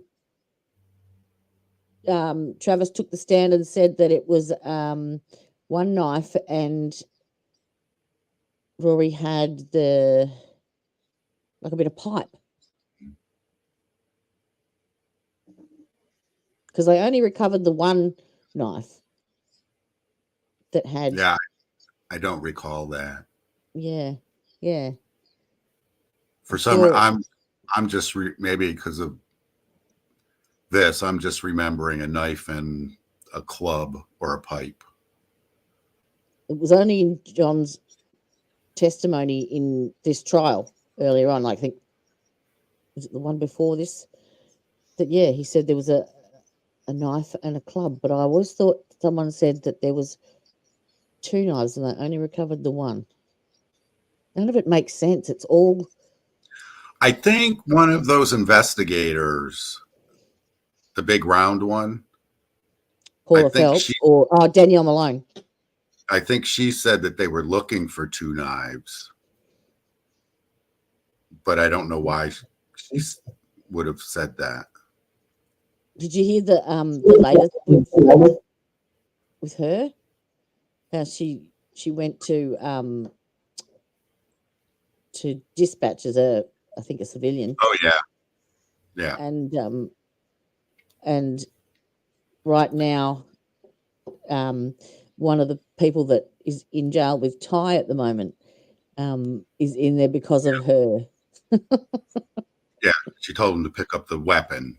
Yeah, someone rang 911 and she answered it. And, can you please pick up the weapon and put your fingerprints all over it for us, please? He self-deleted and he rang 911 and what a far out. All right. This is really, really difficult to hear. So,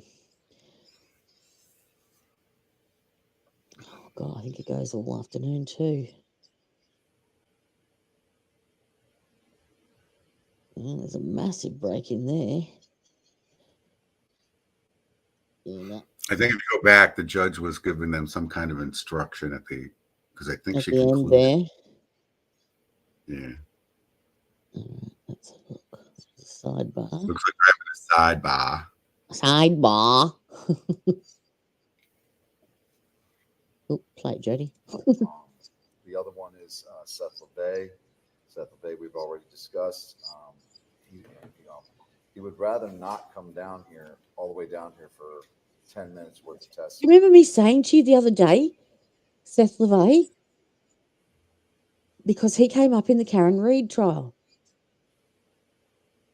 Remember? Did he? Yes. Who is he?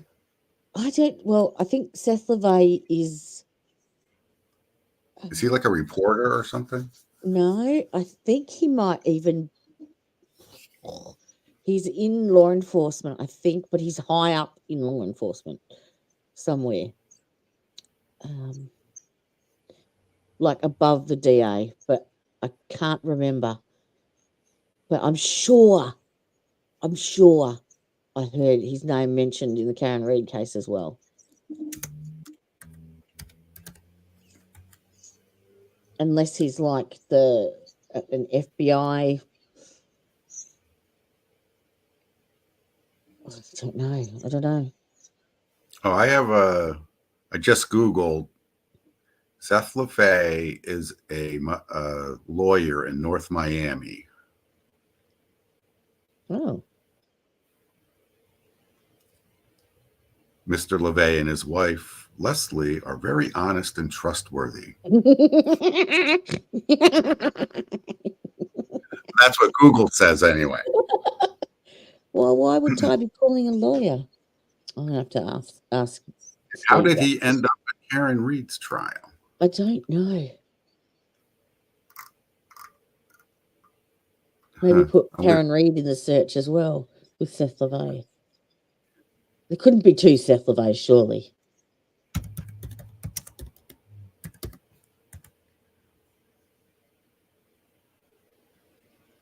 And how far is Miami from Boston? A long way. Probably like 1,500 miles, something like that. Well, Google says it looks like there aren't many great matches for Seth LaFay and Karen Reed. Yeah, I'm going to have to go and have a look back through where I saw it. I think And now I don't know if I dreamt it, but the more I think about it, I think you're right. I heard Turtle Boy mention his name. Mention it. Yeah. I'm going to have to investigate that because that's too much of a coincidence, surely. They were going through. Everybody in chat, start Googling, see what you can find. Yeah. Let's add to this conspiracy theory. They're just going through the witness list here for the defense, which obviously must be starting next. So there's 2 day 7s on here that I found. One was long and one was short. And that one was the short one. All right, let's see what day 8 brings us. I really want to see Ty take the stand. Ow. Whoa, that's loud. Okay, State versus Franklin Tucker, 2017 CF 841. Everyone's here, so are we ready to proceed with defense evidence? No, Your Honor. I filed a motion for continuance based on disqualification that I'm filing. Could you elaborate, please? Well, I filed a motion for continuance because the was it a 2.330 of the Judicial Administration? It gives you 20 days to file the motion for disqualification, and in order for it to be procedurally sufficient, it's going to take a little bit of time because it requires service, etc. So I took and I asked, again, I put in a motion for continuance for 10 days, which is half the time to get it ready. State. Judge, we would object to that. We are here. We have a jury waiting for us. The state is prepared to go forward.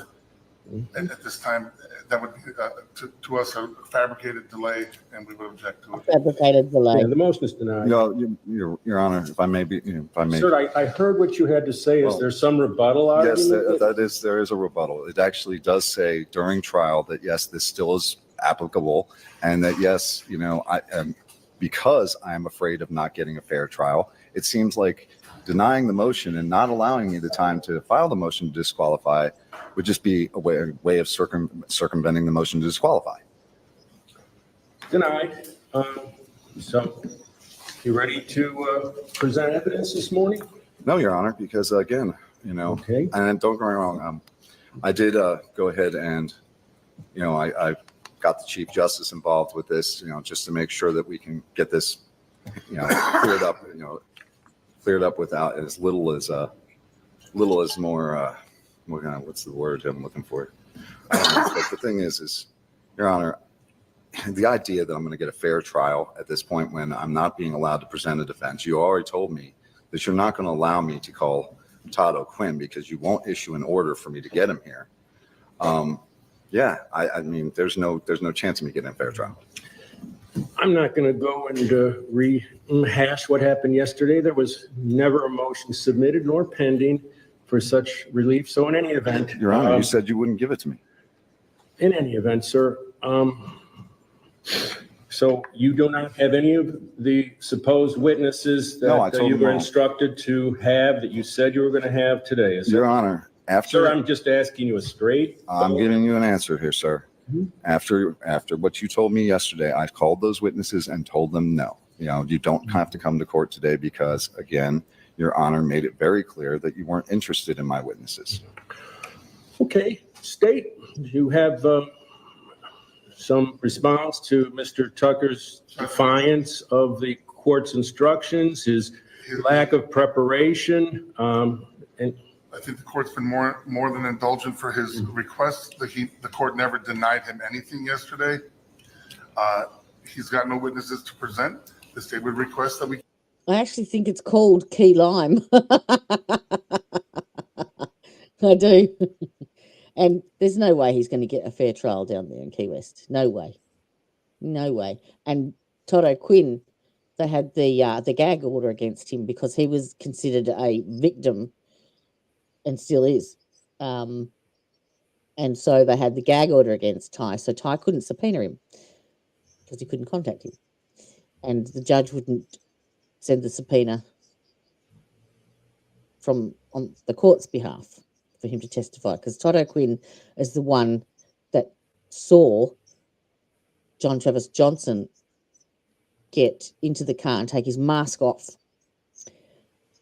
So, like a pivotal witness. And now he's back in jail. Todd O'Quinn. In the same jail as Ty. Different unit, of course, but yeah, same jail. Yes. Yeah, they had. Absolutely. Absolutely. And it was Penny Phelps because she got it wrong and she didn't want to admit it. I'm not sure if he actually takes the stand. For as much as Ty is innocent, boys and girls, just there is also a lesson here. The people you hang out with certainly play a major role in where your life is going to end up. Make good choices, people. Don't put yourselves in these kinds of positions. Listen to what your parents tell you. And yeah. Although that seemed to be the opposite in the Carly Gregg case, where it seemed like her friends were trying to alert the mother of the issues and discourage her from the bad behavior. Oh, yes, of course. There's all sorts of exceptions. Because at the end of the day, can't control everything in your life, but if you're ever presented with a treehouse that's full of crack and stuff, you should probably stay away. Yeah, but it was because he was walking down the street the following day with Detroit or Rory Wilson to recharge his phone. That's when he got put on the... I understand. But yeah, so again, but he was living with them as well. Lay down with dogs and you get fleas. So Correct. So, come on. Where's Ty's testimony? He's obviously got no witnesses there. They argue. Yeah.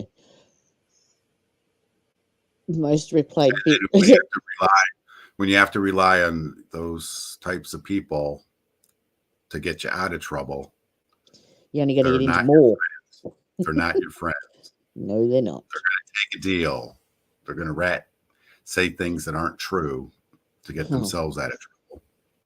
Just have a look at Travis. I've got this. It says here, can you see that? Most replayed at 3 hours and 40 minutes. It's the seal. That's it. It is pretty. It's better than Mississippi's. Mississippi's got, I think, the most boring state seal I've ever seen. Better than watching a fan. Oh, okay, here we go. This is Ty's testimony. So he calls himself to the stand. He should have went to law school when he was younger.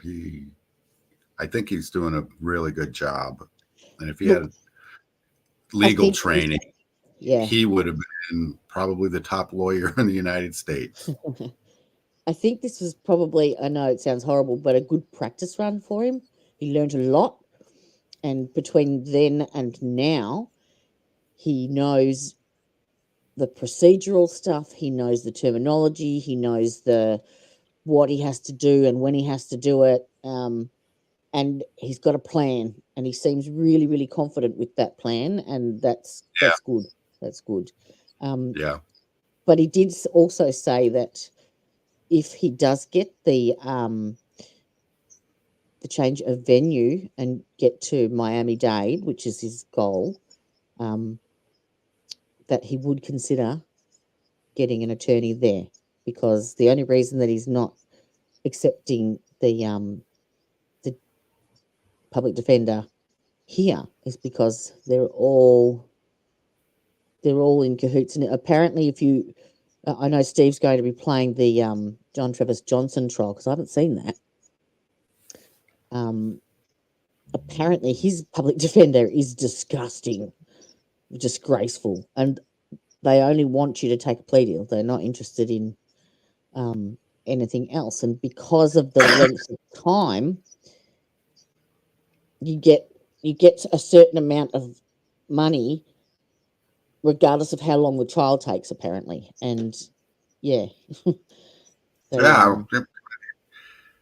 I mean, there's obviously good lawyers, bad lawyers, good public defenders, bad public defenders, good prosecutors, bad prosecutors. In but every profession, you're behind the 8 ball with the public defender's office. You know, they're notoriously, and this is all across the country, understaffed, underpaid, overworked. And, you know, when Sounds you've like got 50 cases on your desk, you know, for the month, they're going to want people to take pleas and deals to get this resolved because I got to move on. Yep. You just watch Judge Middleton's docket. Half of them take pleas and they drop half the charges because they just got too much to do. But then again, you know, then you see a case like Ty's, and it's kind of like, yeah, well, I might have good defense, but none of it's ever going to get out there. I might be better off taking a plea because I'm going to end up with life in prison instead of 15 years because this is going to happen to me in court. Well, he did get offered the plea for time served, and he refused it because in his eyes, he said, I'm innocent. I'm not going, and taking a plea would be admitting that he's guilty, and he refused to do that. Yeah. Which I understand. It would have saved a lot of stress, a lot of hassle. That's a very hard decision. That lives with you forever. It does. But, I mean, that's a hard decision. I mean, we're talking, this is... For me, anyway. I mean, I don't know. 7 years now. If I was staring life in prison. But, you know, I have maybe a good support group. I could always go live with my brothers or sisters or, But then you think at the end of the day, had he taken that plea deal, he wouldn't have lost the 7 years that he spent fighting. That's what makes it hard, you know. Yeah, yep. Now and he's not guaranteed. It's the principle of the thing, and then is the principle of the thing worth life in prison? Yeah.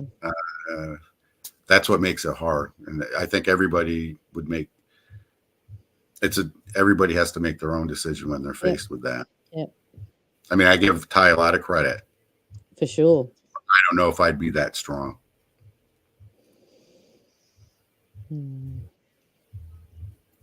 I think I would. I'm too stubborn.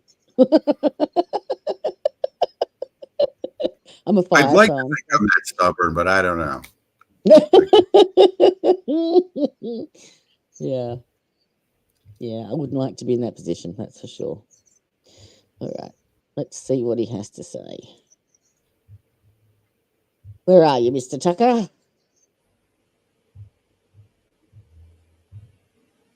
Were you on the stream when I got the phone call? That was so funny. Because I thought it was spam. Ordinarily, if I was you, I would have thought the same thing. Well, it was 10:30 at night. Except with all of what's been going on with you in Florida, I probably would have said, I'm going to risk it and answer. I had no idea. Had no idea he was calling. None whatsoever. None. Well, I couldn't type fast enough because I was just in chat that day. Oh, that's right. Yes, you came in after, and the audio was terrible. But I'm in the process of fixing that. But yeah. Idiot. And that must have cost him a fortune. International Mobile. And no one will take any money from me. I can't get anyone to take money.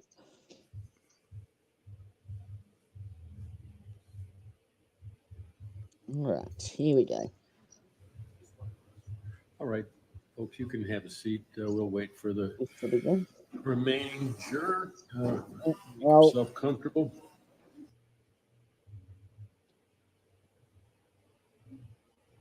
Turn, face the clerk. Raise your just raise your right hand. Face the clerk. You like every.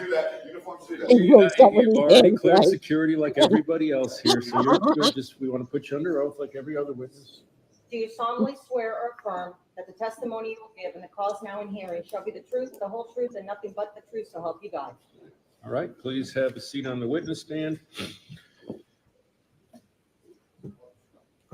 Sometimes Oh, Judge Jones seems so fair, and then sometimes he seems like a All right, dick. so sorry, Brian, I couldn't hear you. I said sometimes- sometimes Judge Jones seems so fair, and then other times he just seems like a dick.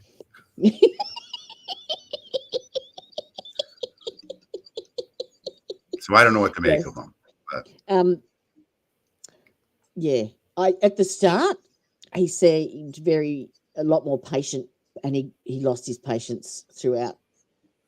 No, As that the could trial be it. got further on, I think. But I do believe he's probably a lot fairer, a lot more patient than the one we've got now. Yeah. Instead of a urine sample costing 3.1 million. Yeah. There's that. first of all, would you state your name? Franklin Tyrone Tucker. All right. So, as you all know, Mr. Tucker's acting as his own attorney. So, in this particular direct examination, he is being allowed to testify in narrative form. I wonder if he asked for a makeup and hair artist as part of his. Sorry. Rather than asking himself questions and then giving an answer, he's just going to testify as a narrative. So you can proceed. Okay. Yeah, it's a little weird. Not exactly expected, guys. I'm sorry about that. But I guess we're going to start. I think the best place to probably start is probably around Hurricane Irma. That would probably be the best way to go. I've been in Key West for, I don't know, a while. Been probably a couple of years. Been working on boats. Originally, before this storm happened, I got myself a boat. Actually, I had 3 at one point.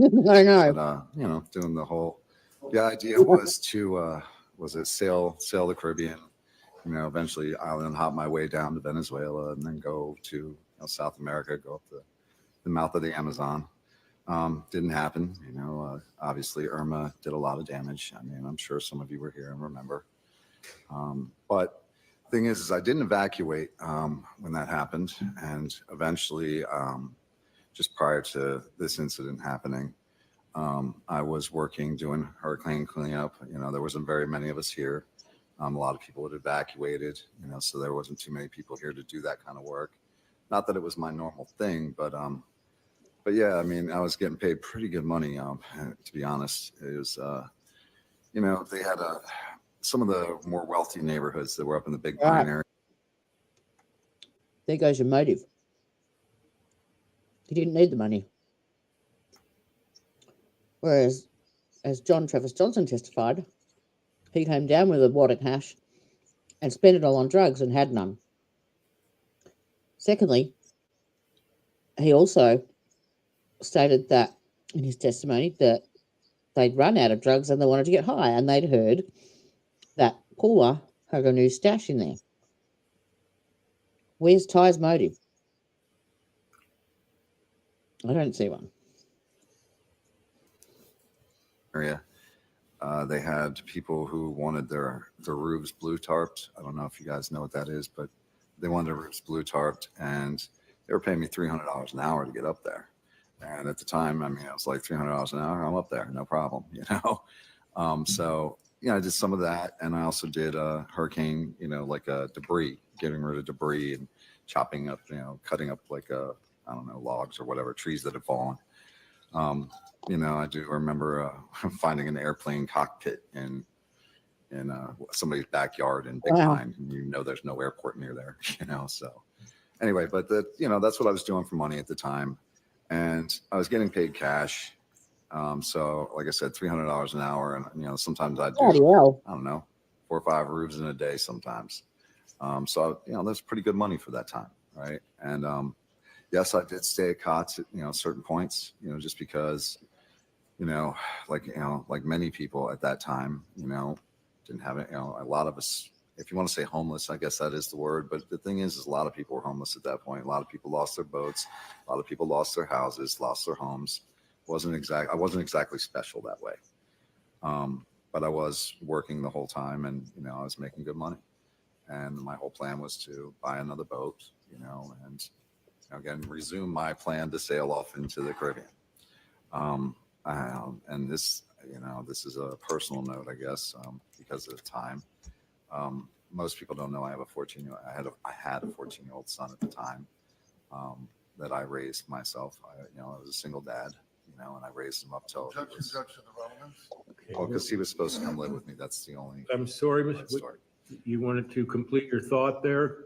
If it's connected, go ahead. No, it's just part of the story because he was actually supposed to, he was supposed to be coming to live with me in about 2 months before, when this happened. Okay. Right after this happened, I had about 2 months, and he was supposed to come live with me.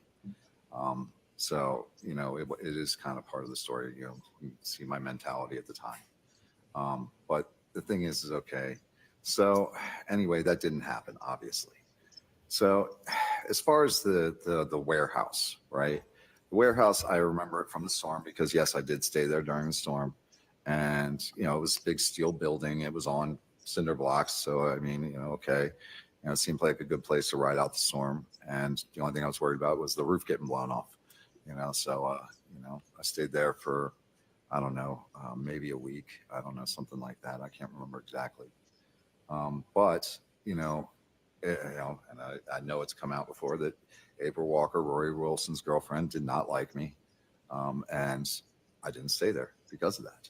It's like, and not only that, they were having, between Rory and April, they had domestics that, I remember the cops coming out 3 times in one night when I was there. And I'm like, okay, this is not someplace I want to be. Right.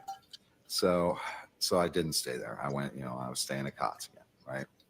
And when I was staying at cots, it was okay. I don't necessarily like staying there, but I was saving up money. That's basically it. Saving up money, getting a new boat. Anyway, so, somewhere along the lines, and I don't remember exactly when this was, but, I know Mr. Johnson testified that, we met after he got out of jail. No, I was actually at work when he went to jail, and I remember very well when he went to jail because we knew each other prior to that. How, he actually knows how I ended up at the warehouse. The way I ended up there is I had a friend, CJ and Michelle, who lived, they were living in the same, I guess they, you guys know conch houses, I guess is what they call them down here. But it wasn't really a conch house because it's a warehouse, and they had built apartments in there that I guess weren't really legal, but they were renting out rooms, but sharing a bathroom and a kitchen and a dining room, right? And there's multiple roommates that are up there. So I don't even remember how many people live there. There's a bunch of people who live there. But anyway, Roy Wilson and his girlfriend had the apartment downstairs. They actually had an apartment to themselves. And then there were people upstairs who lived in the apartments upstairs, or the rooms upstairs, I should say. One of them was brought up before a guy named David Gross, right? They like to call him the White Detroit in this whole story. But yes, he lived upstairs, and my friends CJ and Michelle had one of these rooms up there. And Michelle, she was the manager at Burger King. She was actually a manager at Burger King. I forget what CJ did. But the thing is okay, CJ somewhere along the lines gets into an altercation with David Gross and punches him in the nose, right? And again, David goes ahead and gets a restraining order against CJ. Now, I just happened to show up the day that, man, the police are escorting CJ and Michelle. This David Gross was John Travis Johnson's friend that he lived on the beach with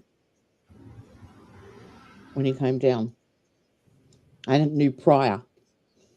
That's how they knew each other beforehand.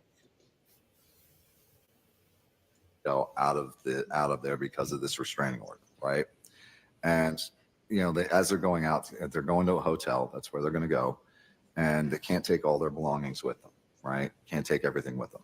So they asked me. They were like, "Okay, well, would you stay here and watch our stuff? Make sure nobody messes with it. Make sure nobody steals it. That kind of stuff. Stay here, while until we can come back and get our stuff, right?" And I was like, at first I was like, okay, well, I've got to be at work in a few days, but yeah, I can watch it for you, and so I do. And I go and I stay in CJ and Michelle's room. And, I did come into contact with a few of these people, it's like, again, Travis was one of them. I didn't know him very well. As far as I knew, he came down from Michigan with a guy named Scott Gideon. That's the one I asked about. Or no, sorry, Matthew Gideon is his name. They called him Matty. But anyway, he had come down from Michigan with this guy. And, they were okay. I didn't really think anything of them, but they were okay. And, I don't remember exactly how long I was there before this incident happened, but this is how I end up, in this thing. Because, okay, like I said, I don't remember exactly the time frame here, but I do remember some of the people that were around at the time. I do remember Travis was there. I know Matthew had already left, and I think Matthew went to the beach, if I'm correct. But again, Mr. Johnson ended up with his medications. So, that's a whole different story. Mm-hmm. But the thing is I'm trying to remember now. It's like, you got to remember, this is around Fantasy Fest time, when this happens, right? Because, okay, it happens on November 17th, right? And Fantasy Fest, that year was on Halloween, the 31st, right? Now I know just my own phone records that I looked at recently when I was looking at it for this case, right? I had 2 phone calls with John Travis Johnson, right? And they're from the 28th of October, right? So I must have met him somewhere in that time period, right? And I know that year for Fantasy Fest, I don't remember what the theme was. I don't remember what the theme was, but I know that the parade was on Halloween night, and I know it was at the Green Parrot that night, right? And I hung out there quite a bit. My longtime friend runs the place. I don't know if any Jim Fossum, but yeah, he runs the place. And so I still have quite a few friends. I've been coming here since I was 13, and then I guess they call it a Key West rubber band is what they call me. It's like I'll move away, I come back. I move away, I come back. My daughter was even born here, right? So anyway, to keep on going here, Fantasy Fest happens, and I'm hanging out with a friend of mine named Ben, and we're hanging out on what we call the party bench. It's right outside the little deli that's right there down on the corner. And he has a dog, can't take him in the bar, so we're hanging out on the bench. And some girls come by, and they wanted to paint up our faces, and of course we let them. Right? It's like, okay, why not, right? So they go ahead and paint up our faces and all that. And then they're like, okay, well, can you pose for us? Look scary, that kind of thing. Okay, so we do, both of us, right? So there's a picture of both of us like this. But anyway, so fast forward. We go down to the point where all this has happened. And again, Fantasy Fest, I have a tendency to drink more when I come to Key West than any place else I ever live. It's like, especially when I was on the boatyard and working on boats and stuff like that, because I did do quite a bit of that. I actually did a restoration project on a big Hatteras yacht at one point.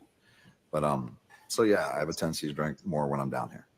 And this one day, and this is about the best I could recollect, is I remember that day I was drinking Fireball with Travis, right? So I know I had been drinking that day, and I know I went into the bedroom, which is again CJ and Michelle's room, and I know, so this is during the time period where I'm watching it for them. Um, so I remember that. And I don't remember much else about the day, except I do remember at one point, it's got to be later on in the evening, and I wake up and I'm out of cigarettes, right? And I wake up and I get, and Travis is actually there, right?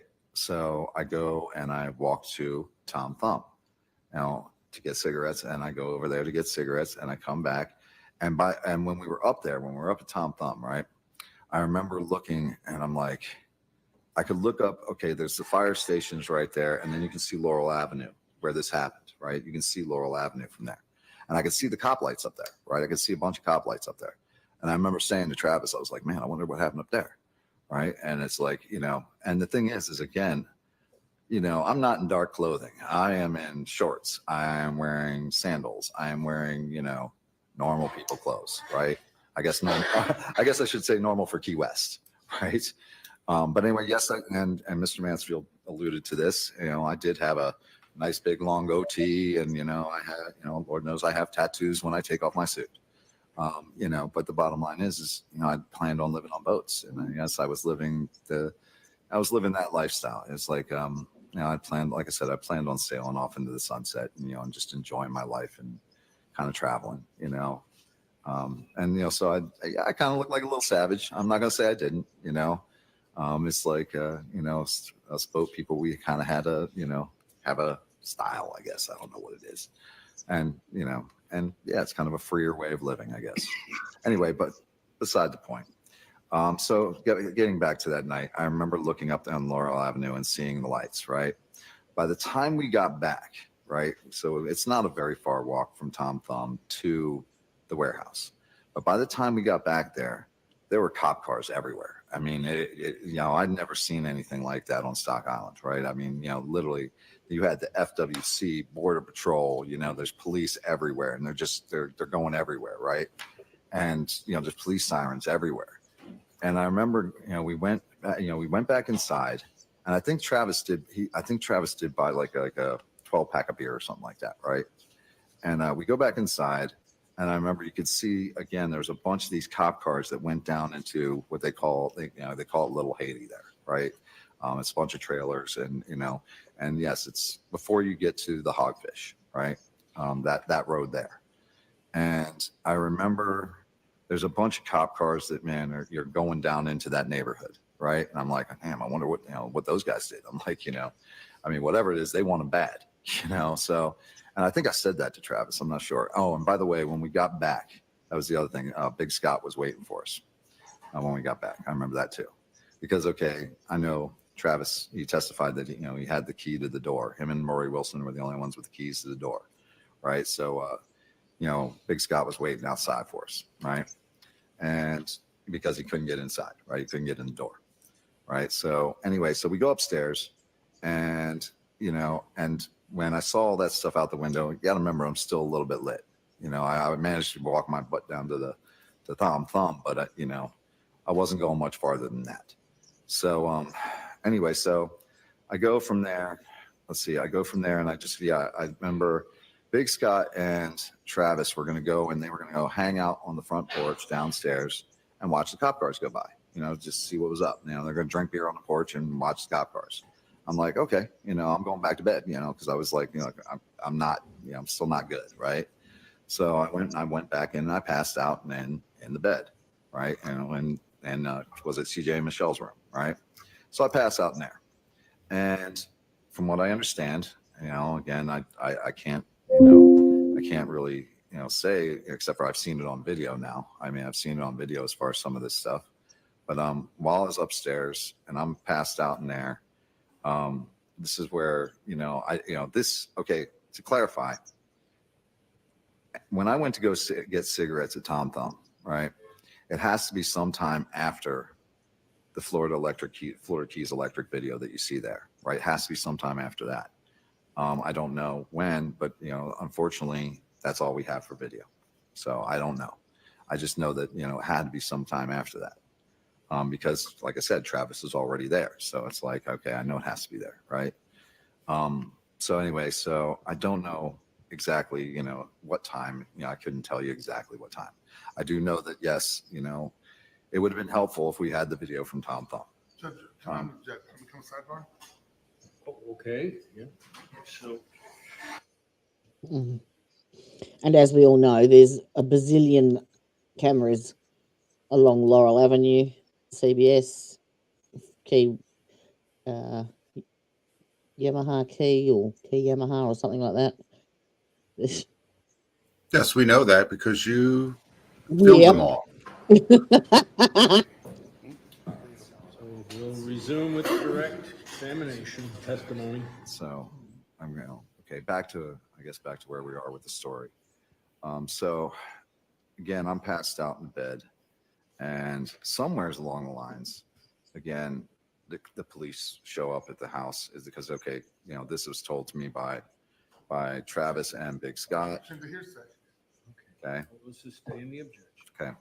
Well, I get woke up along the line somewheres along the night, and I don't remember when, but I remember, man, I get woken up in the middle of the night, and because when they went downstairs to go and check this out, right? I remember telling them, I was like, I'm going to go to sleep, man. I'm like, yeah, tell me what happened later, you know, just tell me what happened, because I mean, it is kind of a big deal, you know.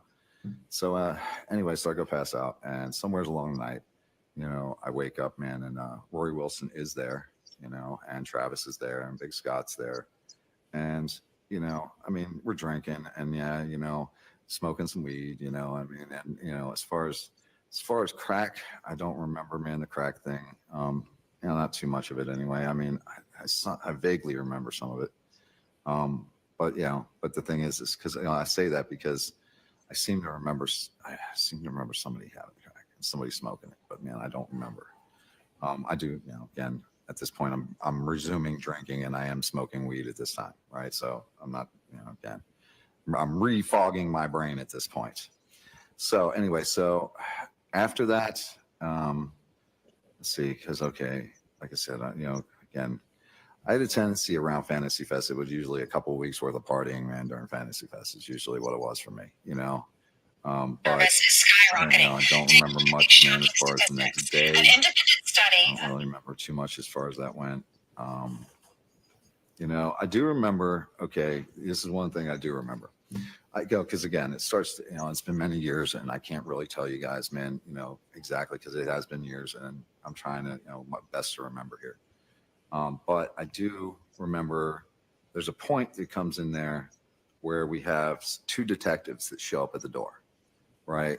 And they come to the front door, and I open the door for them. You know, I literally open the door for them, and it, you know, I know now who they are. You know, I mean, I'm sure they introduced themselves at the time. I just don't remember them introducing themselves. But it was Detective Smith and Detective Fernandez, right? And now, don't get me wrong. I knew they were detectives because they're not wearing uniforms and they've got their badge on their belt, right? So the thing is okay. So I know they're detectives, right? And they start asking me questions about Rory Wilson, right? And you know, I know Rory. I mean, I don't know. You know, again. It's not like we hang out all the time. It's not like I know him, you know, I know him that well, right? But I know him, right? And but they're asking me questions like, okay, you know, they're asking me, you know, is he a drug dealer? You know, they're asking me, you know, stuff like that, right? And I'm like, well, not that I know of. You know, I know he has a job. You know, I mean, I know he has a pregnant girlfriend. I know that. You know, but you know, they're asking me a bunch of different questions, right? And you know, I actually even, you know, I even gave him, you know, Rory's phone number. I was like, you know, if you want to contact him, here, I'll give you his number, right? And I remember Rory after that, man. It's like, you know, it's talking weird, but he texts me right after they leave, and because I also told him that Rory's door is around the other side of the building, right? It's actually on the back side of the building. He has like a front door that's all his own, right? And I told him about that, and it's like, so anyway. Again, you know, it's a little fuzzy here, but I do remember Rory texting me not long after they left, right? And you know, he's like, you know, cops. Objection to hearsay. I'll sustain the objection. Okay. Well, anyway, so I do remember, you know, telling Rory, I go to you know, him because they left me a card, right? And I go knock on his door and I give him the card, right? And I said, look, man, these are not these aren't uniformed officers. These are detectives, man. I'm like, and they were asking me some questions about you, and you might want to give them a call. You know what I mean? So anyway, so that's what I tell them, and I give them the card, right? And after that, let's see, trying to remember anything important after that, because okay, after that I don't remember too much. Oh, because it wasn't too long after that where they come in and they do this raid. But okay, prior to the raid, I remember this. It's Thanksgiving time, right? So it's around Thanksgiving, right? And I remember DeLuna's had like a Thanksgiving dinner, like a free Thanksgiving dinner or something. What date is Thanksgiving? It's the third Thursday of November, so the actual date changes every year. So around the 21st. So this is what, 3 or 4 days after the event? Yeah. Okay. Like that, right? And I like DeLuna's, and so I went over there for that.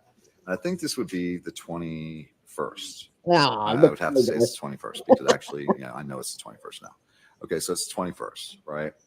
And I go and I was a little sketched out by the detective showing up there, because look, the warehouse, like I said, Rory Wilson, and April had cops come there many times, right? And look, it's only a matter of time before you're going to get caught up in something, right? So I didn't want to stay there very long, and I actually told CJ and Michelle this, right? I'm like, I'm trying to be a friend here, but at the same time, I'm not trying to hang out here too long, right? And so anyway, so I remember, the raid at the warehouse. That's what Travis called it. I don't know what you actually call it, but that night, okay, I went to DeLuna's, went and did the whole dinner thing, and this is when I first heard about what had happened up at the Treehouse, right? I hear through a friend of mine, Janice. We were having dinner that night, at the DeLuna's thing, and she told me that. Objection to hearsay. Oh, okay. I was The informed. objection in terms of the details. I was informed that somebody got stabbed in the parking lot up at CVS. That's what I was informed of, right? And so that was my first, hearing of this. Anyway, but that same night is when this thing happens as far as the whole raid thing. And I'm telling you, it's the stupidest thing I ever did, man, this whole thing. Because, okay, they come in and I'm upstairs and I'm literally in CJ and Michelle's room, and I had a laptop, kind of like I do now, but I had a laptop and I was watching TV on the laptop, right? And I was just getting ready, watching, another show. And when they came in, the way that place was laid out, they had because it was an old warehouse, right? So they had the one I was in, you could literally see to downstairs, right? It had like a plexiglass window that went across one of the walls. I imagine it was like an old supervisor, like an old supervisor office or something. But you could look down and you could actually see right downstairs, right? And I hear a bunch of commotion down there. And I look down, from the plexiglass, the window, and I could see the cops banging on the door. Right, they're actually, because okay, it's two separate. Rory's got his in the back. There's this big storage room, and then there's like the stairs that go up to the other. I don't want to say apartments, but the other rooms where people were renting, right? And so they're banging on the door, right? And they've got a battering ram. There's boom, boom, and then I see they've got ski masks on. They've got assault rifles. There's smoke. I mean, literally. I look down there and I'm just like, oh my God, right? And so anyway. Do the dumbest thing that you could possibly ever do. I go out of CJ and Michelle's room and I come walking down the stairs with my hands up, looking like an idiot because I'm sitting there going, I'll open the door, just don't shoot. Like they can see me. It's like, so as soon as I open the door, the next thing you know, I've got an assault rifle in my nose, right? And they're leading me out. And, literally I'm like whipped around, handcuffs on, and taken out to a squad car, right? And it's like, and I remember, and one thing I didn't like is I remember as I was going by, seeing Rory Wilson's girlfriend on her stomach. Now look, April and I didn't like each other. That's true. But she was 8 months pregnant, and seeing her on her belly on the ground did not make me happy. But they take me out to the squad car, and I'm like, I have no idea what's going on. I'm literally sitting out. Do you guys have a warrant? Am I being detained? Am I arrested? The whole thing. I have no idea why I'm being taken out to the squad car or why even any of this is happening. Right. but based on what the detectives told me that had showed up there a few days earlier, I guess, based on what they told me, I thought it was over drugs. I mean, I thought maybe, they were there for drugs or something, I didn't know, but I just know that, man, they came in, they're coming in like that. They've got a reason, if they're coming in like that. And, so I'm way confused at this point. I have no idea what's going on. And, I'm sitting in the back of the squad car, and they left me out there for a while, and I'm still, I have no idea. And eventually somebody got in the driver's seat. I don't remember who it was, but somebody gets in the driver's seat, and, I'm literally I'm asking them a bunch of questions. I'm like, I'm trying to figure out what the hell's going on. And so, eventually they tell me they want to take me down to the station. I wonder if there is any video footage of that, because that's never come up. That'd be interesting, because it would clarify that he was asking questions and didn't know what was going on. Oh, excuse me. You would think there's body cam. There'd have to be something in the car, at least, like a camera to show the back seat, shouldn't there? Well, actually, a lot of places, even where they issue body cameras, don't have cameras in cars. It's not as widespread as people think. I thought it was like a safety issue. It is, but there's a lot of jurisdictions that just don't do it, probably because of cost. But I don't know about this particular one. They waste their money on ridiculous trials. You would think if it exists, though, that Ty would have went after it. Yeah. Or did he think to ask for it? Put that on your list of things to mention when on your next call. Yeah, I will. And I'm like, well, look, I don't have a shirt on. I don't have shoes on. I don't even know what this is over. I'm like, am I being arrested? Any of that stuff, right? And no, it ends up, it actually is Detective Pitcher. He goes and he gets me a shirt. It's a like a camouflage shirt, but he gets it from David Gross's room, right? And he brings it down, so I at least have a shirt on, right? And so they take me down to the station, right? And when they take me down the station, I'm trying, because again, this is it's pretty traumatic. I'm not gonna say it's not. It's pretty traumatic when that kind of stuff happens. But anyway, not that I've been through it. I've been through it a bunch of times, but I mean, I just, like I said, I'm lucky I didn't get shot going down the stairs. Anyway, so the bottom line is they take me into the station. And do you hear that? It's really traumatic when that happens, but I've been through it a bunch of times. You don't want the jury to hear that. Ty! Too much information. We need to get Bruce Rivers onto you. Stop self-snitching. And when they take me in the station, let's see, I don't remember who it was that brought me in. I know they bring me in and they put me in an interrogation room, right? And when they first start talking to me, I'm like, again, I'm wondering why I'm here. I'm objecting to his testifying to his statements made back then. I just said I was wondering why. I'm telling you my thought, I understand, but in terms of the statements that you made at that time, I would sustain the objection. Are you talking about what I would tell the police? Yes, sir. Oh, okay. I'll leave that out then. I'm sorry. I didn't understand. Why can't you tell I'll that? Because it's in an interview, or I don't know. It's not hearsay. If he's telling it, he's on the stand. He's allowed to testify for something that he's said. Isn't that the whole point of taking the stand? So it's not hearsay. Hearsay. You got to think about that one. Because often they don't let the police interviews in unless the person that's in there in the interview takes a stand. Otherwise, it's hearsay. Same as the police reports. They can't put a police report in unless the police officer's there that took the report to testify to it. I wonder if it was like a pre-trial stipulation or something. But he Maybe. wasn't to mention, yeah, probably, because he wasn't allowed to mention anything to do with corruption or evidence tampering or anything like that. That part of the story out. Anyway, so I go into the interrogation room, and at first, they're questioning me, and I'm thinking at the time, I'm like thinking, okay, remember I said I thought it was over drugs, right? So, and then they're asking me these questions, and first that's what I thought they were, again they're asking me because they want to know information, right? So, but then it comes around to the murder somewhere's in there, right? And they start asking me questions about it, and again, I'm thinking. Again, okay, they asked me what I knew about it, that kind of stuff. I'm sorry, don't want to testify to what they asked me, but but at the time I remember thinking, they just wanted information from me, right? They just want to know what I know, what I've heard, that kind of thing.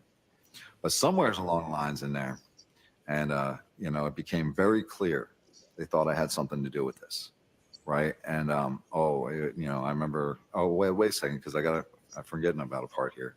They take me out of the interrogation room at some point, and they take me down. They put me in a squad car, right?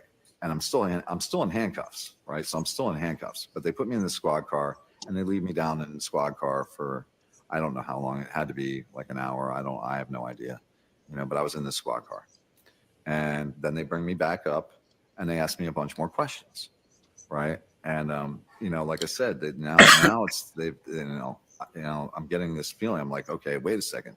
They're not asking me because they think because they just want information. They think I had something to do with this thing, right? And at the time I remember, that they went to that direction. And again, I'm very adamant. I get very adamant once I realize this. I'm like, oh no, but yeah. So I don't know if I can testify to what I said, but I remember. Saying it to them, I was like, Objection to what he said. Yeah. I mean, okay, and I won't say what I said then, but I will say this: I was very adamant about not having anything to do with it. So eventually, it gets down to the point where I've been interrogated all night over this thing, and it got to a point. I mean, I was like, look, I'm like, are you going to arrest me? Are you actually going to arrest me? Or am I free to go? Can I get, look, I'm tired of being here. I'm tired of saying the same, giving these answers. Can I go home, or are you going to arrest me for this thing? And they let me go, right? And not only they let me go, the bad part about that is they made me walk home. And I remember the directive was to check out the cameras, how many cameras there are, right? And and they did give me, I'll give them this, they gave me slides, because remember I told you I didn't have my shoes. They gave me slides, right? Was it the stuff they use in jail, the slides, right? Kind of like flip-flops. Anyway, so they give me those and send me on my way. So now I got to walk all the way home, which, okay, it's a little distance, And so I walked there, and I probably got there, I don't know. I probably got there like 5 or 6 o'clock in the morning. It was early in the morning. And I've been there all night, right? And when I get there, the door is locked, and as we've said, I didn't have a key, right? So, but my stuff is still in there. Now I'm freaked out. I gotta tell you, I'm freaked out, because okay, when they, again, that I've never had that happen, right? So I'm freaked out about the thing, and when I get there, the door is locked, and I remember I had to throw rocks up at the windows to finally get Travis to come down and open the door, right? So he comes down, he opens up the door, and I tell him what happened. I was like, I just tell him what happened to me. I was like, I can't believe it, I can't believe they took me down there, blah blah blah, this, this, that, and that, right? So anyway, but I don't want to stay there. I don't want to stay there. I'm like, okay, this is way more than this is way more than I want, right? So I get my stuff together, and I literally grab all my stuff, and I tell CJ Michelle. I called up CJ Michelle, and I was like, look, look, it's all good, you guys, man, but I can't stay here. What I'm saying? I can't stay here anymore. And I remember them asking me if I would at least grab, like, they had family photos and pictures of kids and stuff like that. And they asked me if I would grab that and take it down to Burger King and drop it off there, right? And I was like, yes, I can at least do that for you, So I grabbed a bunch of the pictures, man, from their room, and I tried to grab, anything, that could be of value or sentimental value to them, right? Because now I'm leaving and I'm not staying there. And so yeah, I grab all that, I put it into a bag for them, and I grab my stuff and I head on out, and I go ahead. And this is, I don't know, it's I don't remember what time of day it is. I know it's morning, I mean, like I said, I got there probably like 5, 6 o'clock. So I don't remember how long it took them to open the door or anything like that. But I did grab, some stuff, dropped it off at Burger King. And I do remember I called 2 people that day. I called my friend Cliff, and I called my, one of my brothers, Jeff. He's not blood related brother, but he is my brother in every sense. But yes, so I go ahead and All right, Bri. Thank you so much for joining us. You're muted, I think. Oh no. So, well, everyone, I'll watch my notifications. Yay! We'll be on tomorrow. I will, most definitely. Haven't worked out what I'm going to do yet. I've got Okay, I do have that meeting right after work in the morning, so I'll probably be on around 9:30. No stress, sweetheart. Okie dokie. You have a good night. Have yourself a good shift. Don't work too hard. Thank you. Bye-bye, all. Bye. That was nice. Haven't had Brian for ages. He booped in my ear this morning. All right. I think we'll finish up Ty's. Although he's a bit of a chatter, isn't he? I don't know when Cross starts. Maybe. I think it might start about there. So probably got another 20 minutes or so, I think. Yeah, 20 minutes, and I think we might call it for today. But yeah, I've got a couple of trials that I've got. I've started researching on, and I might, if I can pull my finger out tomorrow, I will get them going. Now, I did actually set up a different screen for this, so I wasn't expecting Mr. Bry. Let's see if this works better. Oh, there we go. Take that off. And then we put this one on. And where'd it go? There it is. Yay! It covers the logo. And I'm up here now. Hello.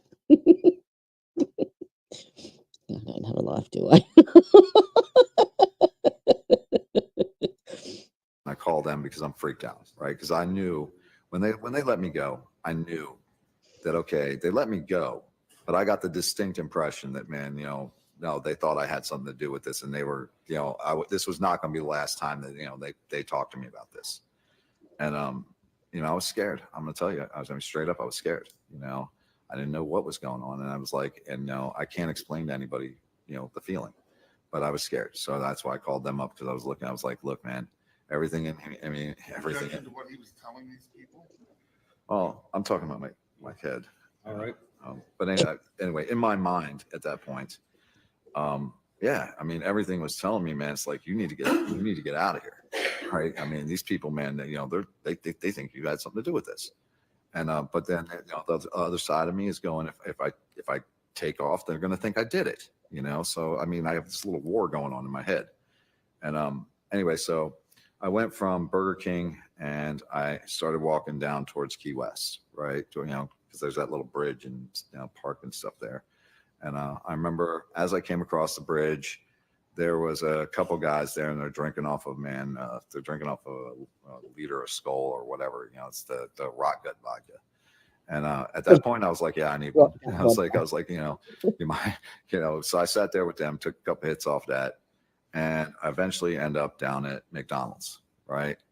And when I get down to McDonald's, and man, I'm still sketched out. I'm sketched out about the whole thing, and I don't know what to do. To be honest, I just don't know what to do. It's like, man, it's like I've never found myself in this position before. I don't know what to do. So anyway, so I get on, because I went to McDonald's because they have free Wi-Fi there, right? So I could get on my laptop because I always had a laptop in my backpack, right? So I get on my laptop, and I'm not even sure what I'm doing, to be honest. I really wasn't sure on what I was doing at that point. I didn't know. So anyway, but that's when Paula shows up, and Paula and I, we weren't friends, right? But we knew each other. It's one of those things, small island, and we know who lives in the neighborhood. We know who lives on the island. It's like you run into each other. Hey, how you doing? How's it going? That kind of thing. But I don't know that much about her. So anyway, so I run into Paula, and I remember because I was feeling so bad and so sorry for myself for being interrogated. For overnight, being interrogated for this thing all night, and I'm scared and I'm feeling sorry for myself, I guess, right? And I remember seeing Paula, and she had a bandage on her neck from the night, right? And I remember seeing her, and I was just like, and all of a sudden I felt like I'm not trying to curse, I guess, but I felt really bad, right? Because I was like, here I am feeling sorry for myself, and then I see her. Right. And she's bruised up, and she has the thing on her neck, and it's like, and when, and I told her what happened to me. I told her that they took me down to the station. I told her, what happened. And the thing is Paula, yes, she did cry, and yes, she did, cry on my shoulder, and, and I told you, I felt horrible, because it was just like, it's like, again, here I am feeling bad because they grilled me all night, and then I saw and heard from her experience, right? And no, I just felt bad about it. It's like, okay, here I am again. I guess it's somebody always has something worse thing. There's always Objection to the self-serving statements, Judge. All right. I'll overrule the objection. You can continue. Anyway, so it was definitely, again, while I was still not certain about what was going to happen here, but it definitely put me in a different mindset to see her, right? And but anyway, so after I saw her, I remember I went back to COTS, because now I'm going to COTS, and I'm not going back to the warehouse. I don't want nothing to do with it, right? So I go back to COTS, and they had again another little Thanksgiving dinner thing there, and I had some of that, whatever. And then I went into where the bunk is, and this is when I get arrested. Right. And when I got arrested, because Detective Pitcher was one of the ones who talked to me when they were doing their interviews, and I remember him leading the charge. But there was a good amount of officers, and they were coming in from both sides. And I remember looking up at him, and I was like, I guess we're not talking now, are we? And he's like, no. And so anyway, so they arrest me, and they take me over to the jail. Right. And I'm the whole time I'm kind of flipping, and I'm like, literally, like, I'm like telling them I didn't have anything to do with this. And, and so I'm telling them this stuff, and somewhere along the lines, I get told that it's about witness tampering. Right. And I'm like, I thought it was over Paula. I thought it was because I talked to her at McDonald's. I was like, nobody told me I couldn't talk to her. Right. But that's not what it ends up being about. And I won't testify as to what it was, because I think that would Mr. Mansfield probably object to it, but at the same time, so so I'm thinking, again, and my head is spinning again, and okay, so now I'm in jail, and they take me, and they literally, okay, the jail has the elevator, goes up, they take me in. I remember getting booked, kind of booked in, whatever the hell, whatever that is, where they check in, whatever, right? But they do that, and this is, I'm not going to say I haven't been to jail before. I've been to Key West jail one other time, and it was for misdemeanors, right? It was boat charges. It was nothing. I mean, I can't say it was nothing, but it was misdemeanors. But anyway, so thing is they take me right to the back, right? And they put down all these brown paper bags, and there's a bunch of guards around me, and they literally make me drop all my clothes right down the bag. And they put me in the black and white stripes, and then they put me in chains, head to toe. I mean, chains, chains. And they take me right to solitary, right? Now, again, I've been to jail before. right? Never for anything close to this. And the thing is, and I've never had an experience like it, ever. But they take me there, they put me in solitary, and my mind is spinning. I can't even explain to you guys what it's like. It's like, I just didn't know. I was a normal guy a second ago, and now I'm sitting in a jail cell, and I'm, being put in chains, and man, everybody's, people are telling me I'm a murderer, and so I'm in there, and I'm in the solitary, and solitary is weird. It's 23. Objection to the relevance of solitary. Well, I'm just telling the story. I mean, look, you can tell me where to stop if you want. Well, sustain that objection. Yeah, I mean, okay. And I'm not exactly sure what is relevant of anything. I'm just telling the story. I understand, Mr. Tucker, but anyway, so yeah, I go to jail, and over the course of time, I mean, it's I guess it's not really relevant as far as now. I meet my wife. I shouldn't say meet my wife. I've known her since we were kids, but she was the first person to contact me. She was the first person to contact me when I got there, and I think it was like day 7. And I was surprised. I was really surprised because we hadn't seen each other in 33 years, and I can't even tell you. But anyway, the thing is so yeah, she comes, and by this point, I still didn't have a lawyer. I was still in solitary. I still don't know why I'm there. I have no idea why I'm there, really. I mean, I know what they're saying. I don't know. Objection, Judge, to this. I just okay. We're rambling here. Well, I don't rambling, but I'm not sure how much what we're hearing is not relevant. So, would you like me to? Well, if we'd like a little direction, we can excuse the jurors, or Yeah, I'll take direction. I'll take direction. I mean, well, it's like, I just don't know what. I understand. Where you want me to I'm go? just suggesting that it would be prudent, in my view, for just a moment or two to excuse the jurors, and we'll get back to you shortly. Push this.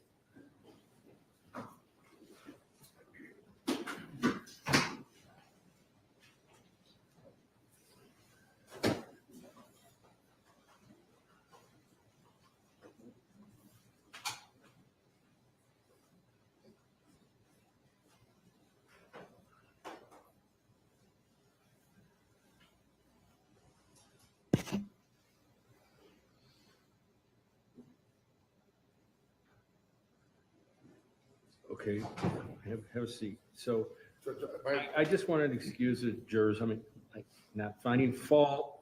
Mr. Tucker has, certainly comported himself well on the witness stand. It's just that when we start to get into the circumstances of incarceration, of reuniting with ultimately his wife and the like, you objected.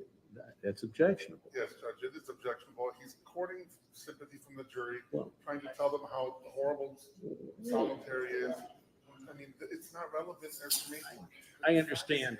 I agree with you. I'm not sure if he's intentionally trying to do that.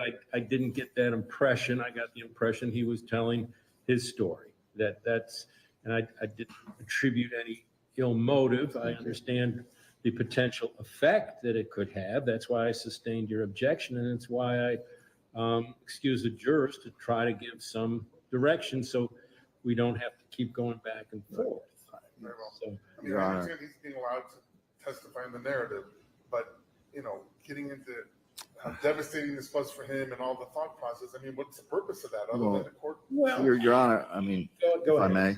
Go ahead. Look, you got to understand, this was an extremely emotional experience. And it's like, when I'm trying to remember this, it is hard for me. This was not something pleasant. It wasn't something cool. Of course not. And it's hard for me to bring it up and not bring, not have emotions about it. I understand that. I mean, I Sorry. think for most, the vast majority of human beings, it would be extremely traumatic devastating, life-altering, whatever strong words you want to use to experience that. And I get it. And I think I've given quite a bit of leeway in terms of you, quote unquote, telling your story. But at this particular point, I'm not sure how much else is relevant. Yeah, I would ask the same thing. What else would you like me to go into? I mean, how far? How much? I don't think there's much room for any more. A couple of, forgot to tell them about Metro PCS because to me, it really didn't. Terry isn't factual, but that's really not relevant to elements of the crime. Much of that is we.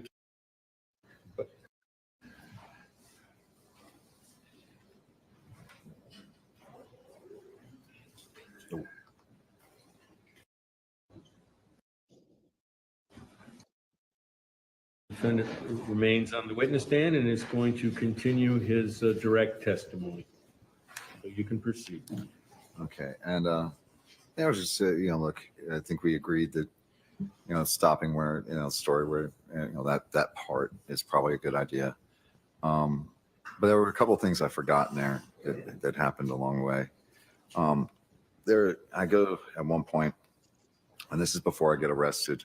I go to Metro PCS, and I'm going to pay my phone bill. Right, that's all I'm going. I'm going over there, and I'm going to go over to Burger King and get something to eat.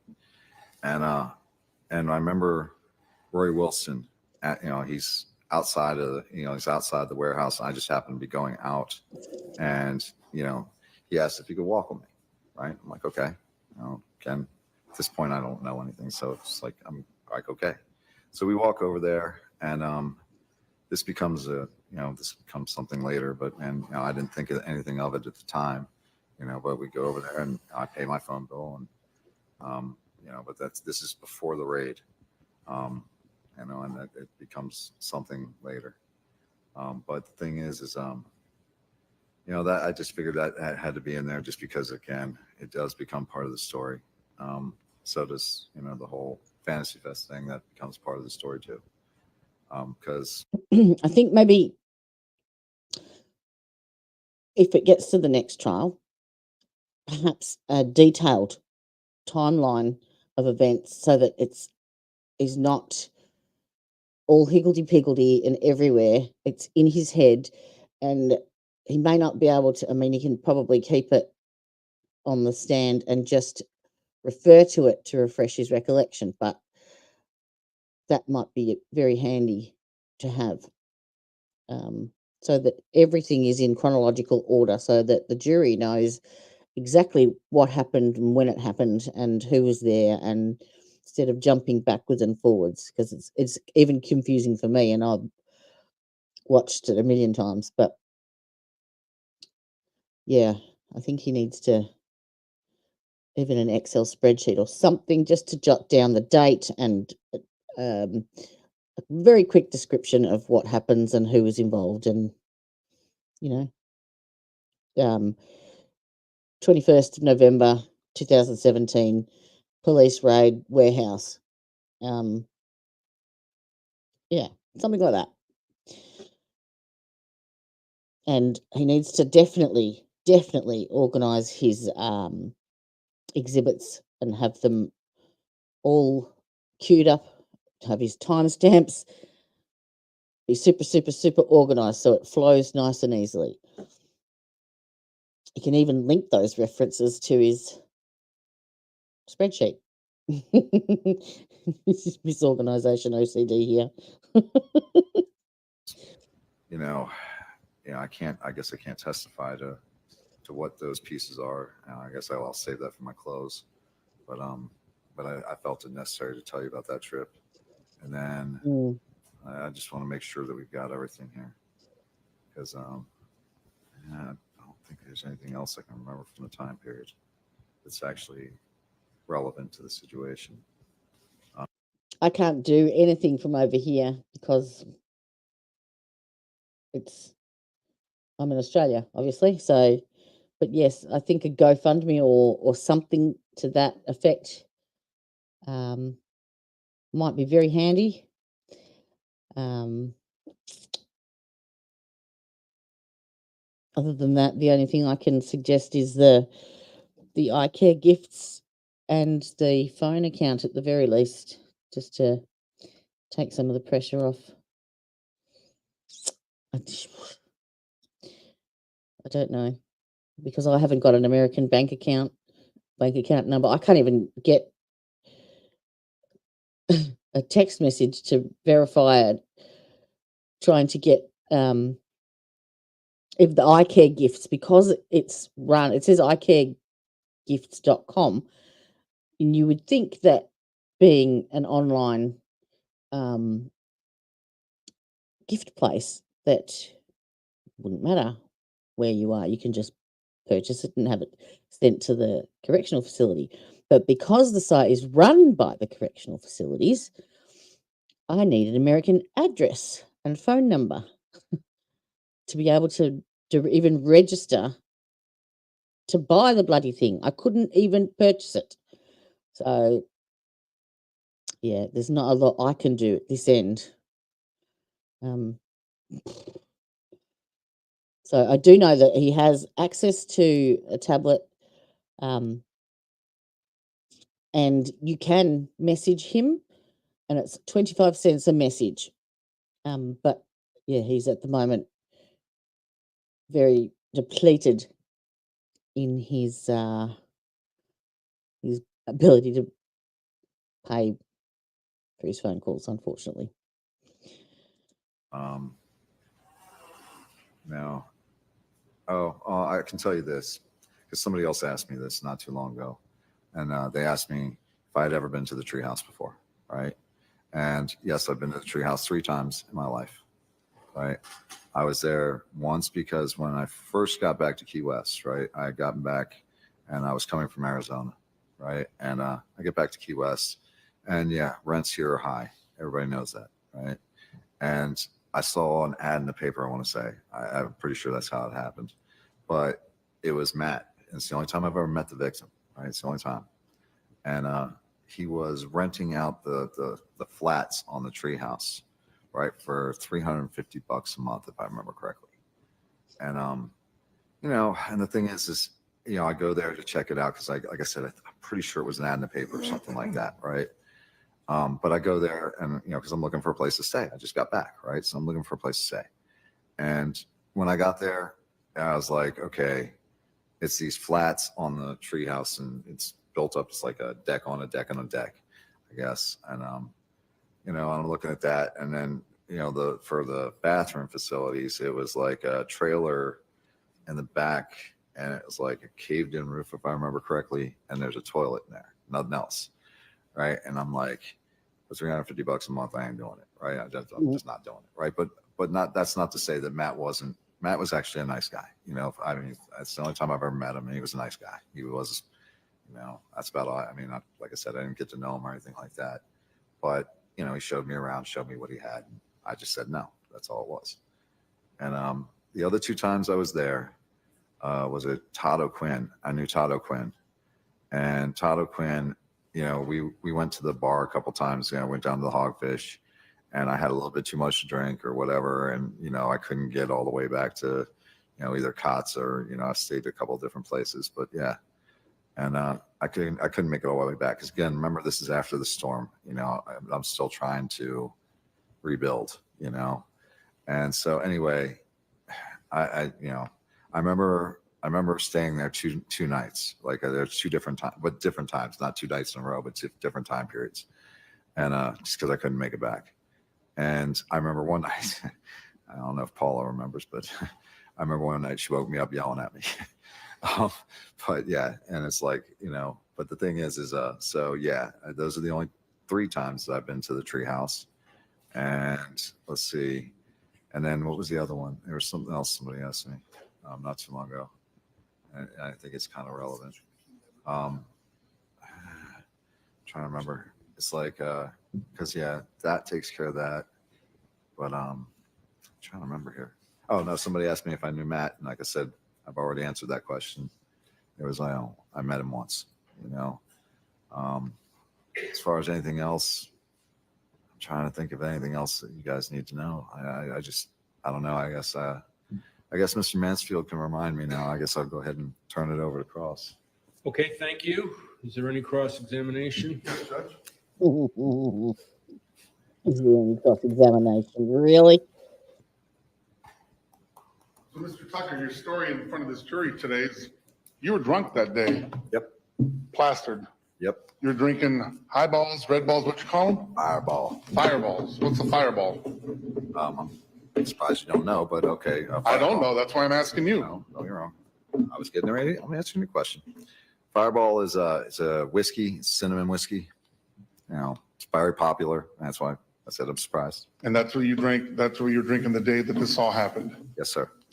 Got so drunk you went back to the warehouse, went upstairs, fell asleep, Knocked out. knocked out. Yep. Now you were at the warehouse. You said you had been there on and off, right?